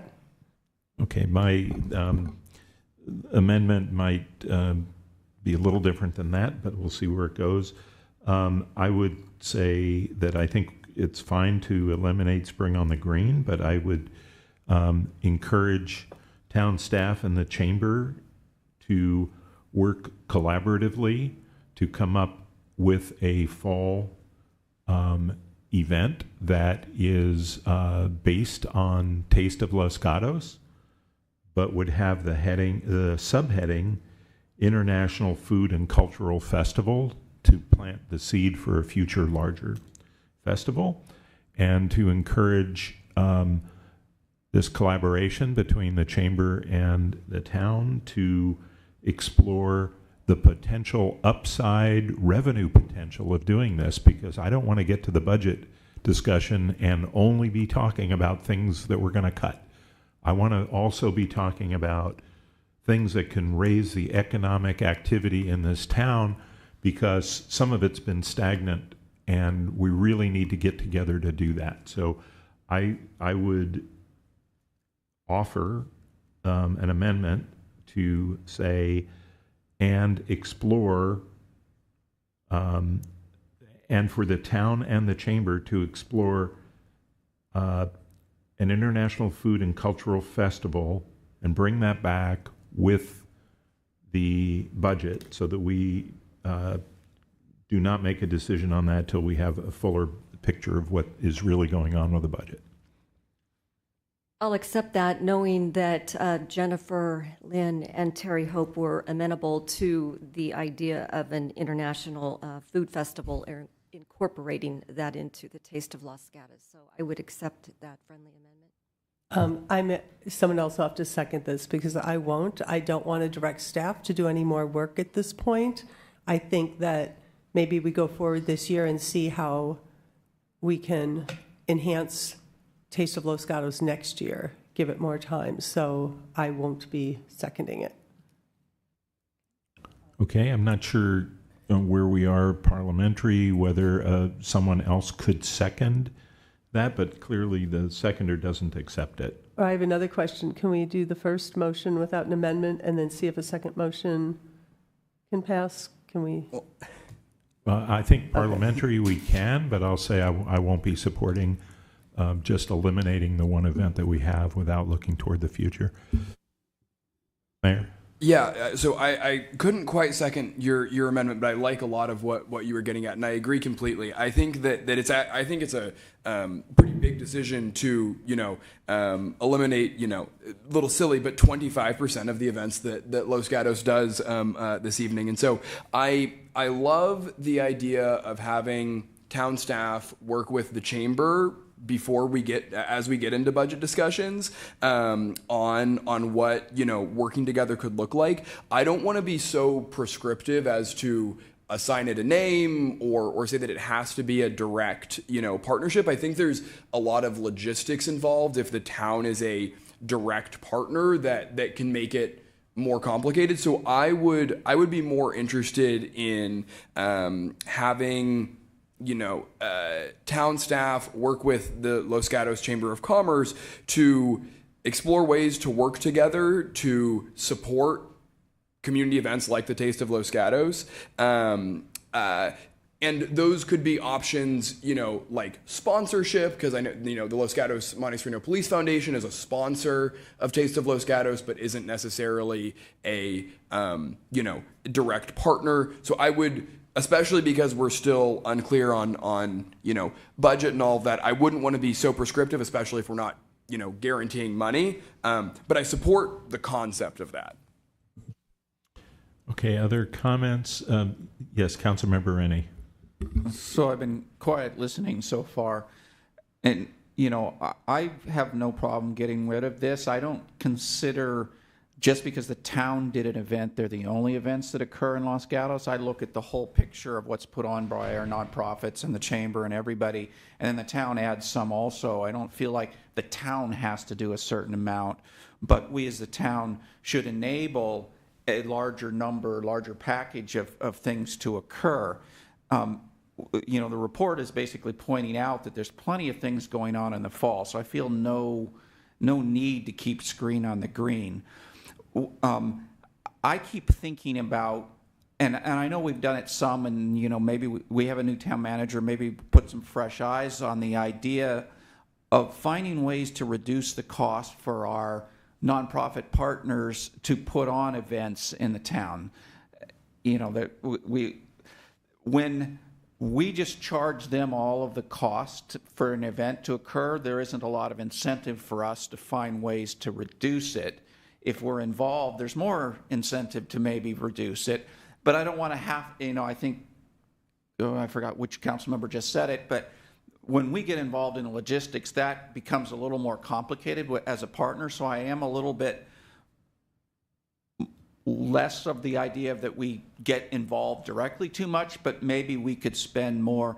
I mean, the Chamber, Taste of Los Gatos, they're really asking for help with the cost. Well, help with the cost could be finding ways that the town needs to charge less to help these events occur. So I'm just kind of throwing in a new idea in the whole mix. Instead of providing them dollars, we spend a little more thought process on how to just reduce the cost that they need to go through. So I think in summary, I'd say yes, let's eliminate screen on the green. I don't think we need it. 3 to 4, it really doesn't matter, you know, because there's so much going on at that time of the year.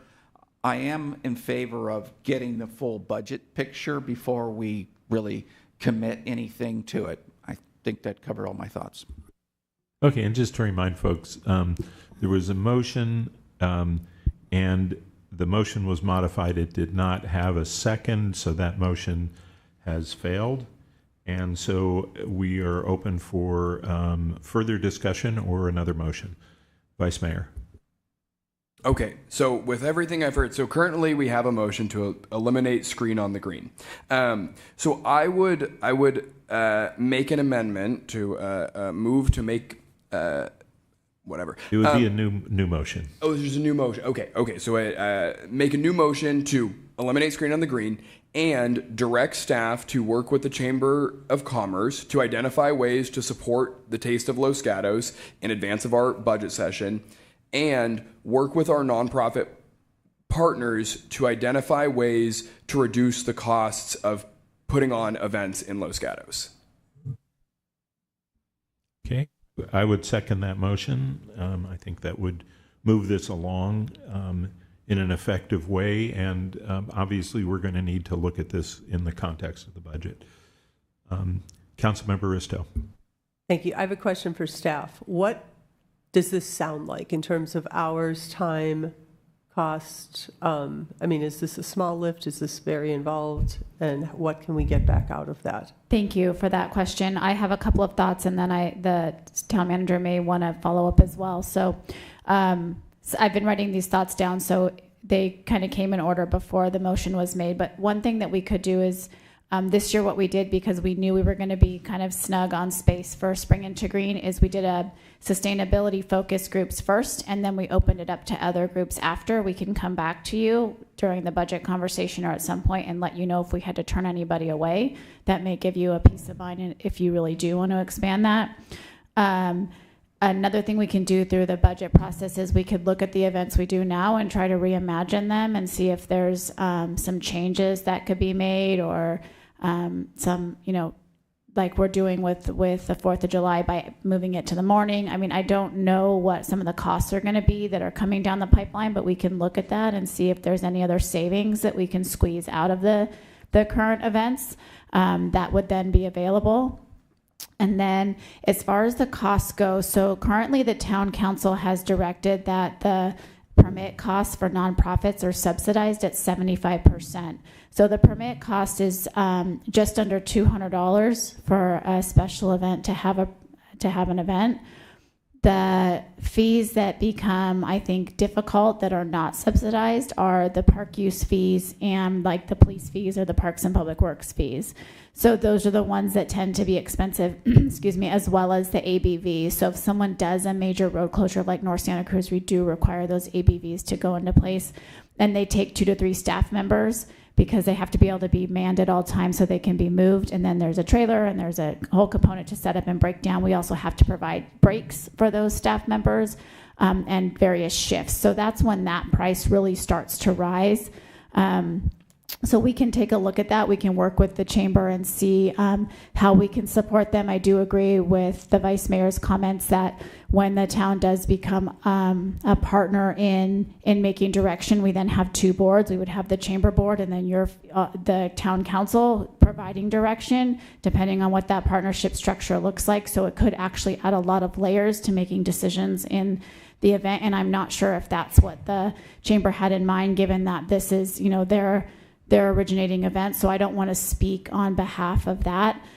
So those are kind of my initial thoughts. We definitely, if we don't have a decision tonight on a fall event, we won't be able to implement anything this fall, but that doesn't mean we can't do something next fall. So the direction I'm hearing is, we kind of let go of Screen on the Green, we have that, and then we can come back to you during the budget conversation with other options. But I just want to be very transparent that we're running out of time to do anything this fall, especially something that's being created from the ground up. Vice Mayor? Thank you. Yeah, so just to clarify on a couple things. So I think the costs that you're talking about, I think, are the exact costs. Trying to figure out ways to, I get the sense that, talking with folks that have done these big events, the ABVs are a particularly expensive cost, and this is perhaps a ridiculous idea, but could we park 2 town vehicles at either end of down? Are there, that's all I mean in this motion is, could we find ways to get creative to reduce the costs that nonprofits are paying to do events, beyond just the actual permit fee. And then just a question. So, if we take no action or eliminate Screen on the Green tonight, that means no fall event. That wouldn't preclude us from funding Taste of Los Gatos in the budget conversation, correct? That's correct. So you would still have the option to make funding changes. And then as far as the road closure question goes, the ABV itself is actually not the cost. It's the people and the truck and things like that. So by removing the actual piece of material and using 2 trucks and 2 people, you've now got like 4 or 6 staff members. So we can definitely get creative and try to think if there's things like that. But then we're coming back to now we need 8 Parks and Public Works folks to be at that event. And then it expands longer than 8 hours. So now we're looking at 2 shifts. So those are some of the things that we would want to consider and talk to them about. That's essentially why the town council at one point ended up funding the road closure for the parade, because we were putting in our own equipment and our own folks. Makes sense. Thank you. Thought it was a bad idea. Okay, so we have a motion and we have a second. Further discussion? Okay, I would just add, one comment that, while we're not providing as much clarity as I would like tonight, I think it's important that we get the ball rolling toward thinking about ways to improve our economic vitality, to generate more sales tax, to generate more TOT, and to provide opportunities for folks who live here and work here to participate in a rising economy. And so I'm encouraged that we're thinking about taking that step. Any other comments or thoughts? Okay, I'll call the question. All in favor? Aye. Opposed? Passes unanimously. Thank you. Thank you for your attention during this, and thank you very much, Ms. Wren, for all of the analysis that you did and for the other work that we're going to ask you to do. So thank you, Ms. Wren, for everything. So I'm going to now move on to, let's see, it's item, oh boy, such a long staff report. Item 5, okay. So do we have a staff report for item 5, please?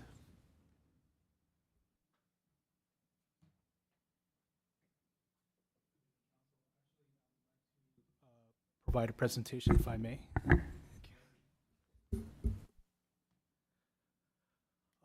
So my name is Sorum Najaman. I'm an engineer here at the Parks and Public Works Department, and I wanted to give you an update on the Montebello Bollards project. And to provide you an analysis on vehicle ramming measures that would help enhance public safety at the Plaza Park. And my hope is at the conclusion of this presentation, you provide us on direction to whether we should prioritize this project in the upcoming fiscal year. Next slide. Next slide. Okay. I'm sorry. Go back one. I apologize. So the Plaza Park is one of our most vibrant spaces, and it's surrounded by Montebello and Broadway, and it hosts a wide variety of events. There's farmers markets, Jazz in the Plaza, and later this month, Spring into Green. And we have about 67 annual road closures that happen every year. And during these closures, the entire space fills up with pedestrians.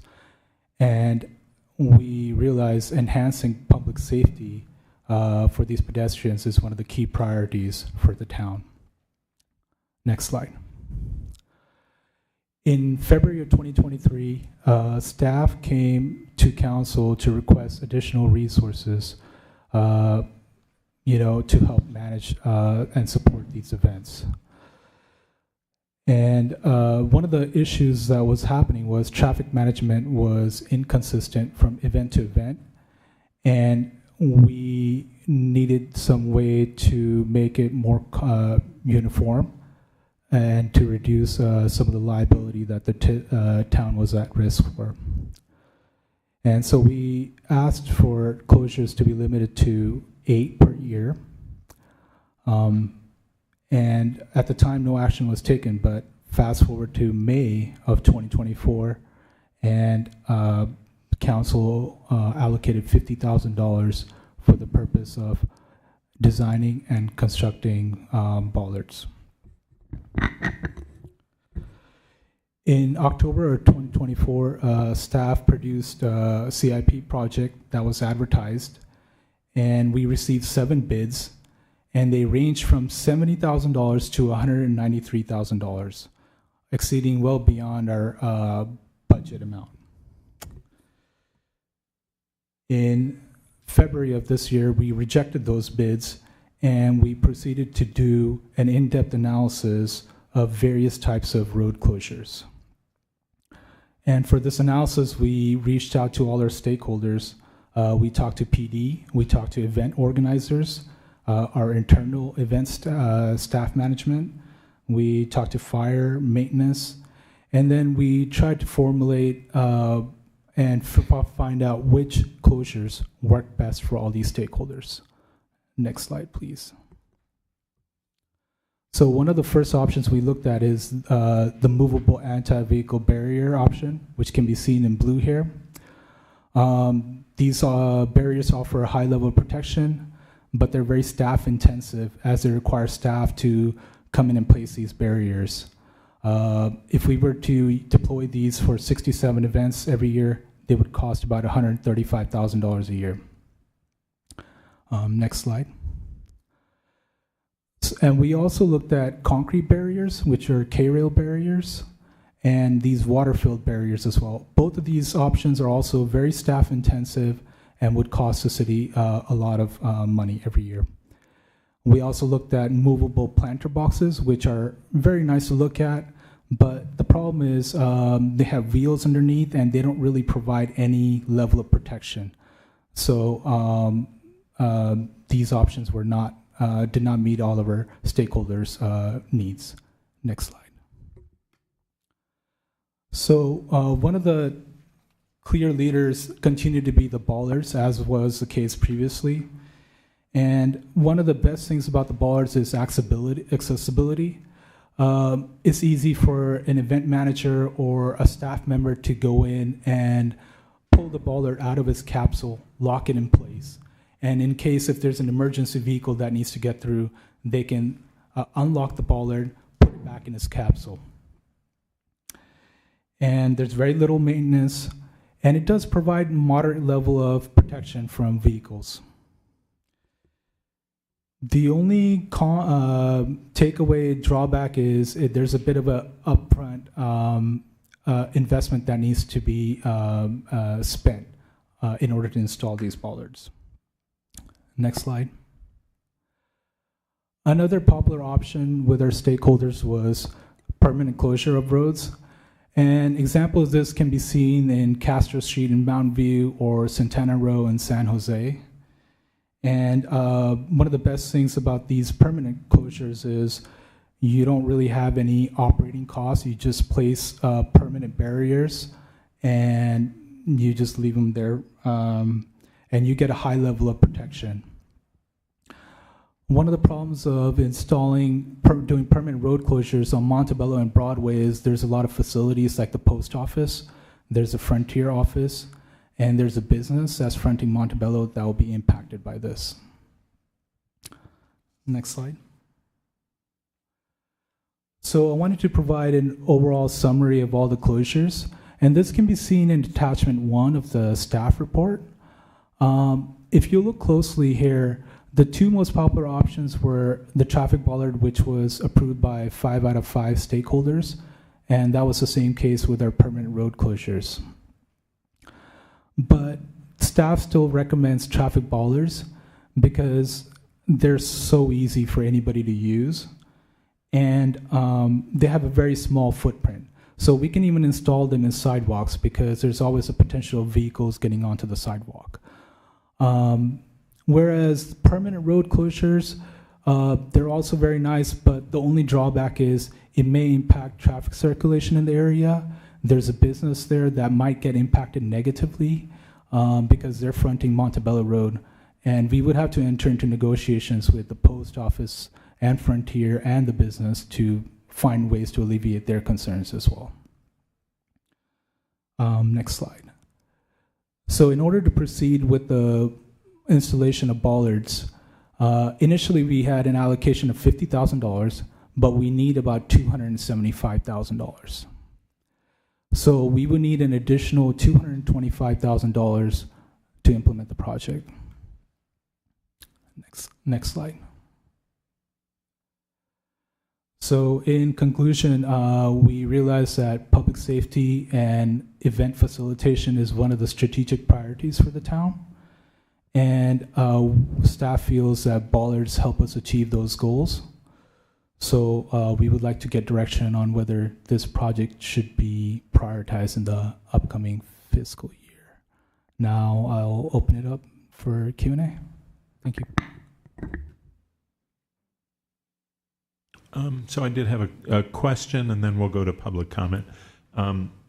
The post office is a little different than a business in that it's a service that's available to the town, and particularly it's important to have access for people with disabilities to get to the post office. And so is that a consideration in any of these alternatives that are proposed in terms of Montebello Way and the possible alternatives? We had not looked into providing ADA accessibility to the post office in case of permanent road closures, but we do feel the bollards would not impede in any way on ADA accessibility. Okay, so it'd probably be fair to say that permanently closing that road would create issues for disability access. We may have to relocate some of the parking stalls if there are any ADA stalls in front of the post office. Okay, thank you. Other questions? Yes, Councilmember Risto. Thank you. Yeah, I mean, I don't know if I've thought before about permanent closure and, you know, some of the issues that came up. Certainly access to the post office would not be an issue because there's parking on South Santa Cruz Avenue, and I believe there's handicap parking there, but if there's not, that could be converted and you just walk from there. I mean, whether you're coming in from the side and there's an entry or you're coming in from a parking space on Montebello, I don't see access to the post office an issue. I do imagine that access for the postal employees could be an issue, because right now the two parking lots that are behind the post office as you head south on South Santa Cruz Avenue, one is for the post office official vehicles and the other is for the postal employees. I believe they access those from the east side of the post office, so they would probably have to access them from South Santa Cruz, but that feels solvable. The other things I was thinking about is Frontier accesses its parking lot from Broadway. However, that lot goes back and there's probably a way to create access. And finally, there's a public lot that stems down on the east side of the post office building that goes back, but it seems like connecting that to the furthest south lot of the town would be somewhat trivial too. But it wouldn't be, so what I thought about is if we closed that street, that solves a lot of problems. Buses turn around through there. However, on farmers market days when the bus used to come here, it just made a different circle. It went on Broadway and Main. So was there an exploration of potential ways to solve if we did want to close that street? I think we'd also lose about 15 parking spaces, which is not trivial. That's correct, though. There was a bullet point on that. We did not investigate the impacts of circulation in depth at this point. We only looked at vehicle ramming incidents and how to mitigate those situations. Okay, so if we ever wanted to explore permanent closure, we would just, it seems to me those are all solvable, but they're not at no cost if you have to create new access or whatever. So that could be bundled into the cost. Correct. That would have to be bundled into the cost. Yes, that's right. Okay, yeah. Thank you. Vice Mayor. Thank you. A few questions. So thank you very much for this. It's super interesting to think about, and I appreciate the presentation. So two sort of just logistical questions and then more of a philosophical one. So who were the stakeholders that were identified? Absolutely. So event organizers. We had our Los Gatos event staff. We talked to Vitality Manager, Police Department, Fire, Emergency Medical Services, and Maintenance, Public Works.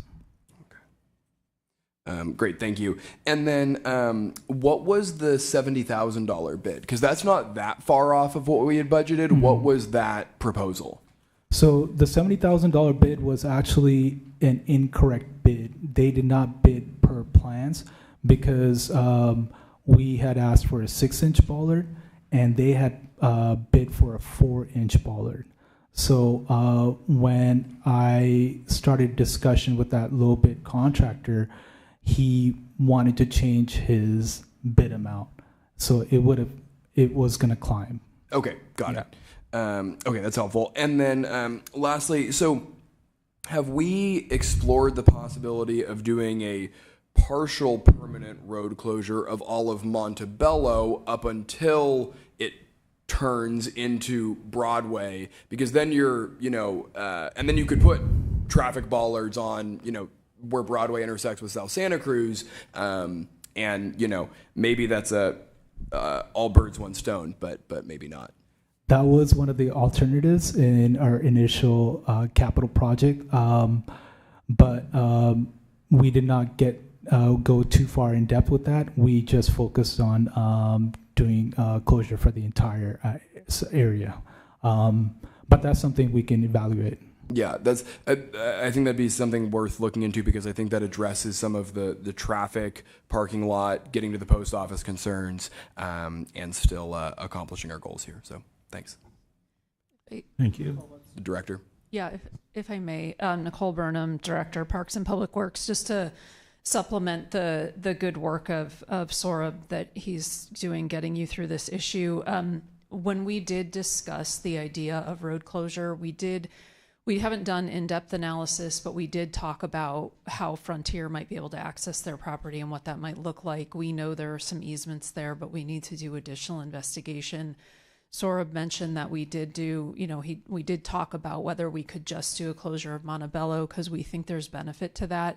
I think in general, what I'm hearing is kind of it might be best. We have done initial evaluation of what the best option is to prevent vehicle ramming incidents during events. If council's interested, perhaps the next step of the capital project is for us to evaluate some of these alternatives in more detail. If we did not propose road closure because we think there's a lot to think about there, if council wants that, then maybe that's the next step before we even think about additional funding. So I would just offer that as an option for how you direct us and guide us. If I could just ask one question. The proposals that have been looked at, do they do anything to improve the safety profile of potential threats from South Santa Cruz or Main Street, which I think have probably higher speed traffic than Montebello Way? I'm going to start, and then I can let the chief weigh in on Santa Cruz and Main Street. I mean, I think in some regards they do, in that we would protect traffic turning off of Main Street into Montebello. I think the great thing about the way Plaza Park was designed is there are concrete planters all the way around it. So those provide some benefit from from vehicles that might enter from Santa Cruz or from East Main for the park itself. So we were really focused on hardening the roadway, and I don't know if the chief would like to add anything. Thank you. Just to add a little bit, yes, there are some natural target hardening of the Plaza Park, which also I think protects somewhat from Montebello. But there are concerns that remain, as you pointed out, for South Santa Cruz and for Main Street. And for any of us that saw the very tragic and unfortunate events in New Orleans, it was unexpected, as it was blocked with, I believe, vehicles. And that vehicle very abruptly made that left-hand turn. So it can be very unpredictable with minimal speed. But it's certainly a concern, any off-ramp exit from the freeway would be coming in at a high rate of speed. And those have been very tragic events that we've seen actually throughout the world and seem to be on the rise. Thank you.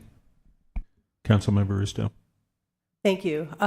When I look back on how we got to this point, I think the initial discussion about bollards was this idea that it would be an easy way to create closures. So I was coming at it from the lens of how do we facilitate frequent closures of the road that's the most convenient and the lowest cost on an ongoing basis. It now sounds like we're adding in the additional part of creating a safer way to close. So did that get added into this? From our perspective, the intent was always about safety. And so the bollards, we would look for vehicle-rated bollards. These wouldn't be the bollards that you see like at trailheads that are 2-inch or 3-inch in diameter. These are going to be larger diameter, rated for vehicle protection. And that was always our intent as staff. That was our expectation. Okay, and then if I may, another question I have is, as I look through all the options, one that I didn't see was literally parked cars. I mean, could we either intentionally park cars or invite our residents who have cyber trucks, park a cyber beast? That would, 7,000-pound vehicle, park that across the opening. Like on days where we wanted the road closed, create parking spaces across those openings and put vehicles there. Because I didn't see vehicles listed as something, and I know that that's something we do, like for the parade and other road closures where we need more closures than our 2 ABBs. Thank you for that question. I think it's important to address. So 2 things. If that vehicle were rammed with another vehicle and now you have an additional momentum device that's pushing down that potential area and causing potential hazard. The other one is for access for public safety, whether it be for fire or for police or emergency services. There has to be somebody nearby that will move that within a prompt time frame. And sometimes that can be difficult to assure that folks will commit to that time. Otherwise, it would be staff time standing by, similar to the AVBs. And one more follow-on to that. If we, for example, parked town vehicles, you'd only need one town employee who had keys to all the vehicles, correct? You wouldn't need somebody at each car?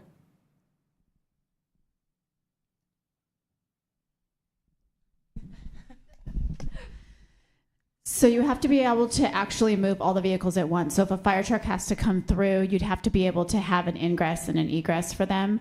We've also received feedback, like for example, from the farmers market. They're not interested in parking a car there because it shuts basically the event down for them. They feel like that it's not open. People can't walk in with a stroller at that point.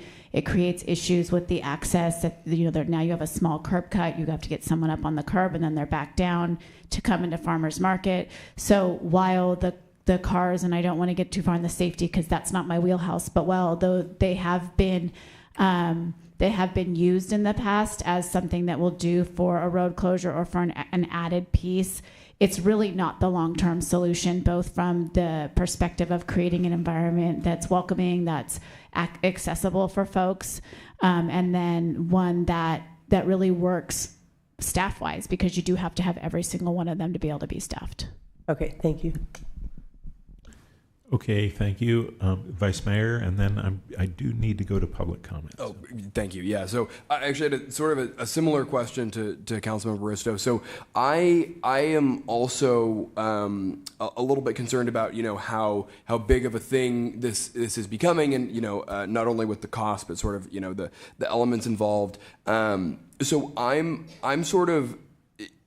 am curious from staff's perspective if you think there is a big safety risk here that we need to address, and I know that's hard to answer, but we've been having the farmers market every Sunday for as long as I'm aware of, and I I'm not aware of any major safety issues, and so I did sort of have a similar sort of sense about this of finding ways to easily close the road more regularly. But if this is becoming, I fear we could end up over-engineering this a little bit by trying to provide sort of ultimate safety for every outcome that I just don't think is possible. So question is, are there particular risks that we're trying to mitigate?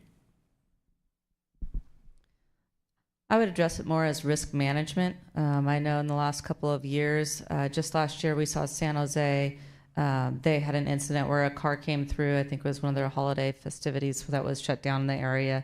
And then 2 years prior to that, Morgan Hill actually had a car that entered into their holiday parade. And thankfully there was nobody injured, but I know in the San Jose incident, there was certainly some concern. And I'm sure that exists in many other communities, both across the nation and worldwide. So it's more of a risk management consideration. In terms of what we can predict, that's hard to say. Does it position us in a safer light? Yes. But I'm sure there's a lot of options, just like what we're considering here tonight. Thank you. Okay, thank you. I'm going to open public comment. I don't have any cards here. Is there anyone online who would like to speak on this? There are no hands raised on Zoom. Okay, I have a card coming. Go ahead, Mr. Fogo. Good evening and thank you. I'm speaking as a long-term resident. I'm not representing any group. We know that there is a proposed development at the post office site, and that is going to have an impact to all of the traffic in that area, the parking and so forth. Would it be reasonable, and I don't know under some of the goofy laws coming out of Sacramento if this would be allowed, but to have the developer of that or the property owner of that offset some of the cost for these temporary closures of Montebello Way, to offset some of the costs for the ballards that would be put there. I know that in the past, having environmental impact offsets and having the developer pay for some of these improvements to streets and so forth in the adjacent areas was allowed. I don't know currently if that is still allowed and if it's something that the council would consider as part of this plan for the protections along Montebello Way. So I'm just tossing that out for consideration and to learn more. Thank you. Okay, thank you. Other comments? Okay, don't see any. We don't have anyone online, so I'll close public comment.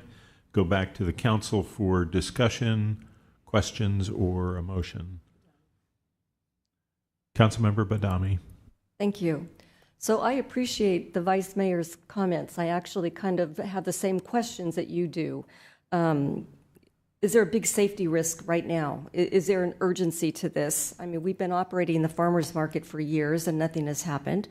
Certainly something could happen, you never know, but look at North Santa Cruz Ave. I cross those crosswalks daily and I almost get hit by a car. So how can you manage it? I mean, anything can happen at any time. I'd rather table this for after budget talks. I just don't think that you can plan for safety in every single situation. There's always a risk every day that all of us take in our lives, even the minute you get in a car that you have no control over. I'm kind of disappointed in the cost factors that I'm looking at. We've got budget talks coming up, so I just as soon table this. It doesn't mean that I'm not concerned about public safety. I very much am. But I'm very present in downtown Los Gatos on North Santa Cruz Ave.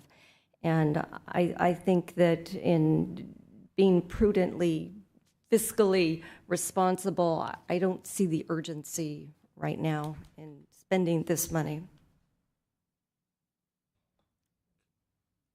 Yeah. Bereni? I'll second that motion. I'm thinking the same thing, that we should really discuss this at budget time. We need to look at, there's lots of places to make Los Gatos safer. Maybe it's sidewalks, maybe it's other things. I think we need to look at budget time and say, okay, here's where, which things we really think we should allocate for this year. So I would either make the motion or second the motion that we table this for. Well, let me ask for clarification. Was that a motion, Councilmember? Yes, that was a motion. Okay, so we have a second motion and a second. Vice Mayor? Thank you. So I think one of the things that's worth talking about with this is that we budgeted $50,000. So I would be curious to hear from staff, and it sounds like perhaps that just wasn't enough money to do much of anything. But anything that we can do with $50,000 that we've already budgeted to increase safety in this area, I think would be something we'd be interested in evaluating. So I think that can be a friendly amendment or just a general direction. But I think that'd be helpful because we already. The money's in the budget. Well, maybe that would be a question for staff. Go ahead. And we could do that. However, if we take $50,000 to do some interim improvement, then the investment in the actual bollards, which is the best practice, the ideal, would be another $275 on top of that. And so I don't know if there's a way to do an improvement with $50,000 that you don't lose that improvement. You could use it somewhere else. I just don't know what options are out there. So I think anything that you can bring to us this budget cycle that is an interim solution, just for us to be able to think about, because I think it sounds like we might not be at the $275,000 level yet. This is it was an interesting one because the $50,000 number ended up multiplying pretty dramatically when it came to me in my first month here on the job. And so we looked at differing options. Maybe there was a cheaper option, something that we could enhance safety that wouldn't cost us, six figures. What I would ask staff to do is to look at alternate ways that may be impactful on an event, and then trade that off with the level of safety versus the impact on the event to try to enhance the safety of the event as opposed to necessarily some monetary need outside of the bollards being something you consider during the CIP discussion. Great. Councilmember Risto. Thank you. I think we should wait until budget time. I also would be curious to know, if it's not a huge amount of staff time, that the bollards, if we had all the money we wanted, seem like the most flexible option that fulfills all of the stakeholders' needs.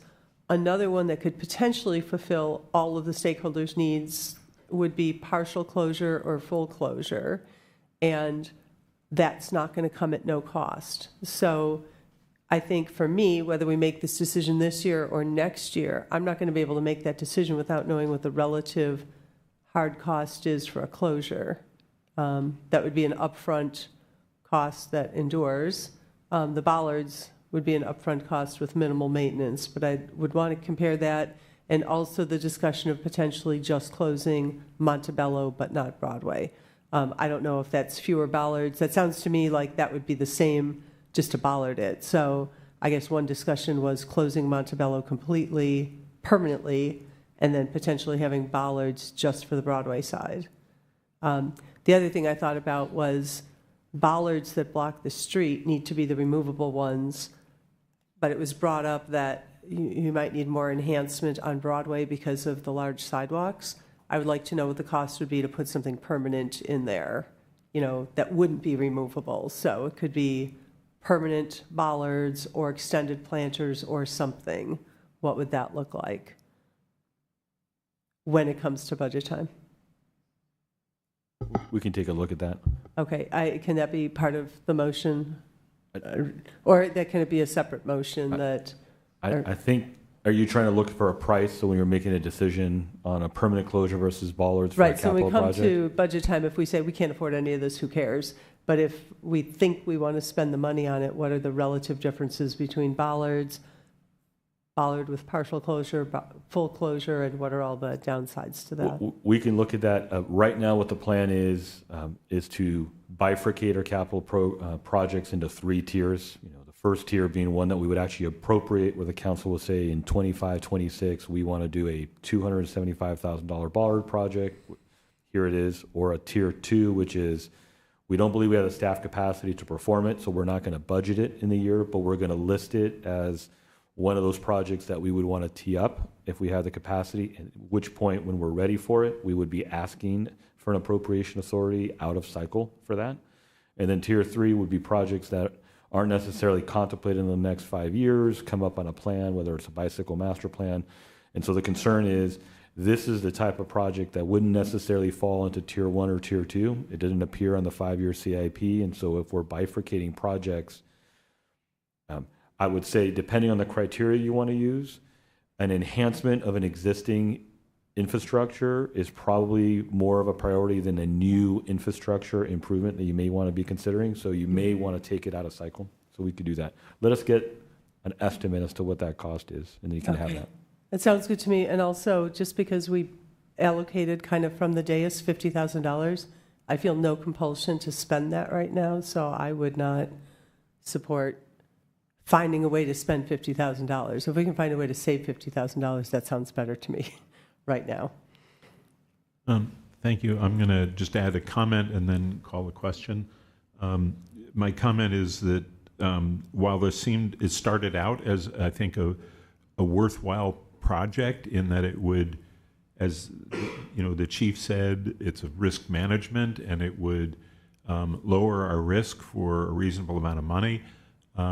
The price has now gone up by 5-fold, and it doesn't, in my mind, provide a 5-fold improvement in safety. It provides, because we still have vulnerability on Santa Cruz and on Main for this, and actually those, I think, are arteries that are more likely to have accelerating cars than Montebello Way. So I don't think it makes sense at this time to pursue it. And I would encourage us to go back and take another look with the budget at the ideas that have come forward. So that was my comment. Any other comments? Yes. I just wanted to get some clarification on the motion. Can you please restate the motion?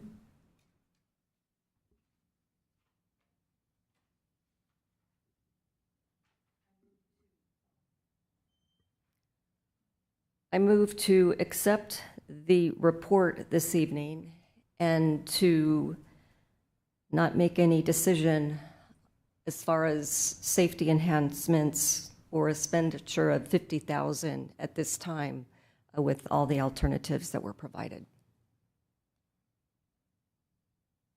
Is that the seconder's understanding of the motion? Yes. Okay. So with that, I'll call the question. All in favor? Aye. Opposed? None. Passes unanimously. So thank you. That brings us to the end of our regular items on the agenda. And so we now move to, I believe, council matters. And so I will start at that end, if you don't mind, Councilmember Badami. Of course. I happen to have my green light still on, so that worked out great. All right, on March 20th, I participated in a meeting of a resident wildfire advisory group. On March 25th, I participated in a meeting of the Council Policy Committee. On March 26th, I participated in a board meeting of the Silicon Valley Animal Control Authority, and that's all I have. Okay, thank you. Councilmember Risto. Thank you. On the 19th of March, as a member of the Community Advisory Board at the Terraces of Los Gatos, I helped put on a community open house, and there were approximately 200 people there. The residents were happy to show off the newly renovated space. Our town manager was there. We had representatives from the local hospitals, the schools, other council members from other cities, and it was just a really great opportunity to get a view of one of our neighborhoods within our neighborhood. On the 24th, I had a meeting with Silicon Valley Clean Energy, two of the policy people, to get up to speed with their local policies. On the 25th, I attended a presentation and discussion at the Terraces of Los Gatos put on by Jewish Family Services to discuss the work that they do with refugees and the fact that at the moment, due to the federal government, there are no refugees coming into this country. It's been cut off. And so they've pivoted to try to serve refugees that are already here and make sure that they have what they need and the support that they need. The same day, I also attended the policy committee as an observer. On the 26th, I met with a representative for the Twin Oaks proposal. On the 28th, for Women's History Month, our supervisor for District 5, Margaret Abe-Koga, and her staff put on a really wonderful event. Councilmember Rennie, Councilmember Moore, and our town manager attended. And not only was it an amazing event to get together with people and just celebrate women's history, Margaret Abe-Koga is the 5th female county supervisor for District 5, and there were awards given to 5 outstanding women in the community that were kind of tied to each of the 5 previous supervisors with different qualities, so hope or education or children's work. So it was a great opportunity to get together with other electeds across the valley and celebrate what we have that's going well. That evening, I attended the Chefs of Compassion, which is West Valley Community Services fundraiser. Councilmember Moore was also there. Great opportunity. You know, we already heard from West Valley Community Services. Their needs are growing. There was a very generous crowd there that did some amazing fundraising, and I think the work will continue. And on the 27th, Councilmember Moore and former Mayor Mariko Sayak and I and a couple other people hosted at Ann Ravel's house a reception for Gail Pellerin, where she talked about the issues that she's addressing in the state and how she's working to protect what we care about in California and serve her constituency. And then on the 28th, I was up in Palo Alto for a really large and wonderful celebration for our former county supervisor, Joe Simidian, who has pretty much spent his entire life in service, starting from school board representative in Palo Alto to a council member to a county supervisor to an assembly member to a state senator back to county supervisor. So it was kind of a big love fest, and it was great to see Palo Alto kind of honor one of their own. Thank you. Thank you, Vice Mayor. Thank you. I also attended the Chefs of Compassion dinner for West Valley Community Services, which I just found to be an incredibly compelling fundraiser and event, both celebrating the work of West Valley Community Services and also, again, recognizing that poverty does exist in our community in really real ways. There was a woman there who had, actually like the speaker this evening, who had multiple degrees, was gainfully employed, and went through, some horrible, I think it was domestic violence and a divorce, and ended up becoming homeless. And you would never in 1,000 years expect that person was homeless, just goes to show how important it is to support those vulnerable in our community. I attended the Union School District Health and Wellness Fair, which was a great event hosted at Union Middle School, my alma mater, along with our town manager. I met with the new Los Gatos Saratoga Union High School District Superintendent Heath Rocha.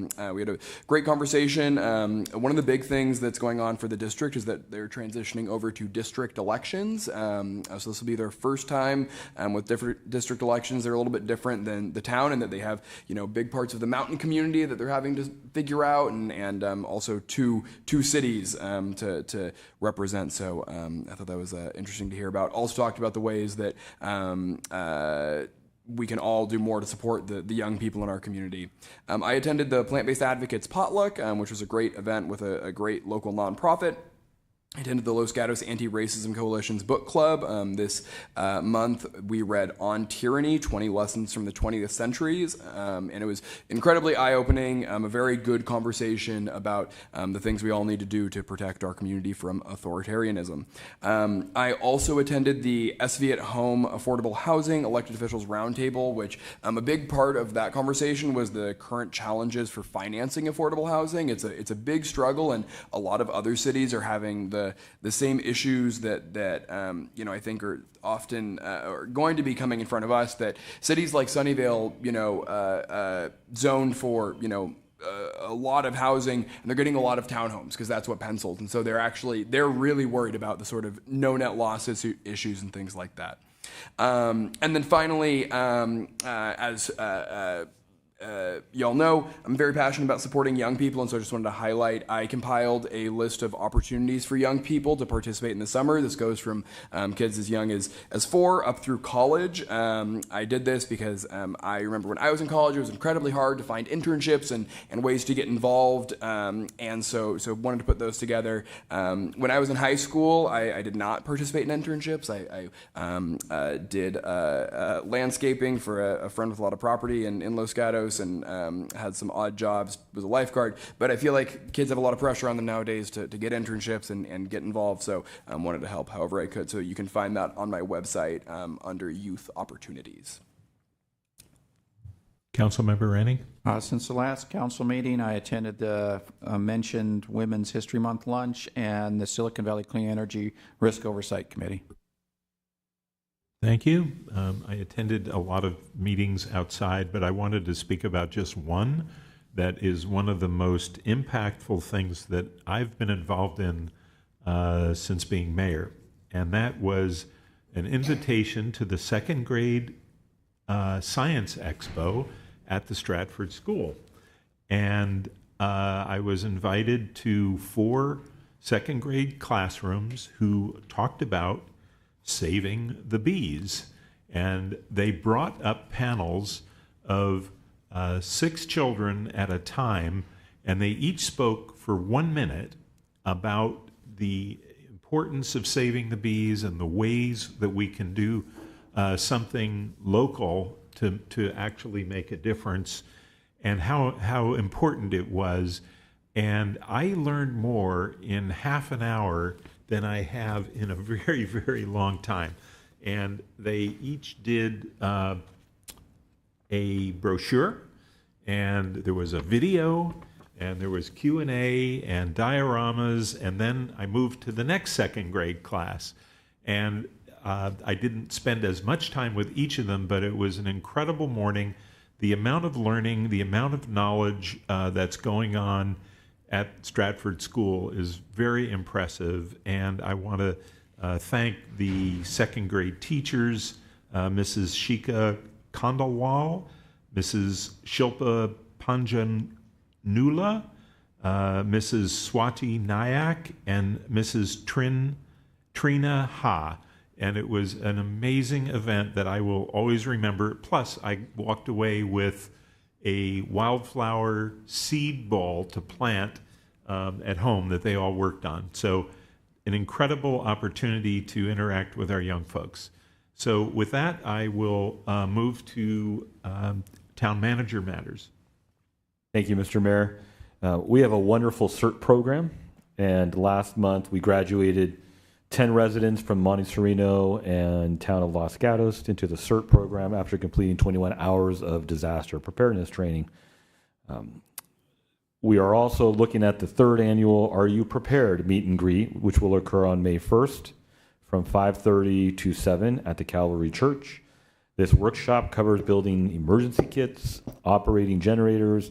We'll go over some of the new CERT communication equipment and volunteering to strengthen community resiliency. I think all these efforts have gone after years to create what I think is one of the most robust CERT programs of any city in the region. On May 28th, the town of Los Gatos filed a declaratory relief action to seek a judicial clarification of the town's and property owners' legal rights and obligations under the government code regarding a specific state housing law. I think this is a very important action to get clarity for the town to make sure that we're doing the right thing as it pertains to both the state laws and our obligation to those who are building housing. More information on the town's website with regards to that filing. Lastly, the town is currently seeking applications for short-term vacancies on the General Plan Committee, the Personnel Board, and the Planning Commission. Those application deadlines for all three of those positions is Thursday, April 10th.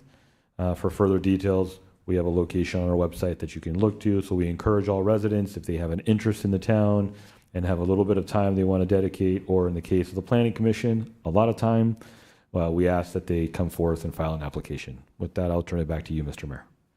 Okay, thank you. Town Attorney, do you have a report? Thank you. Earlier this evening, the Town Council met in closed session to discuss two matters of real property negotiation pursuant to Government Code Section 54956.8 and one employee performance evaluation pursuant to Government Code Section 54957, and there is no reportable action. Okay, thank you. And with that, this meeting is adjourned.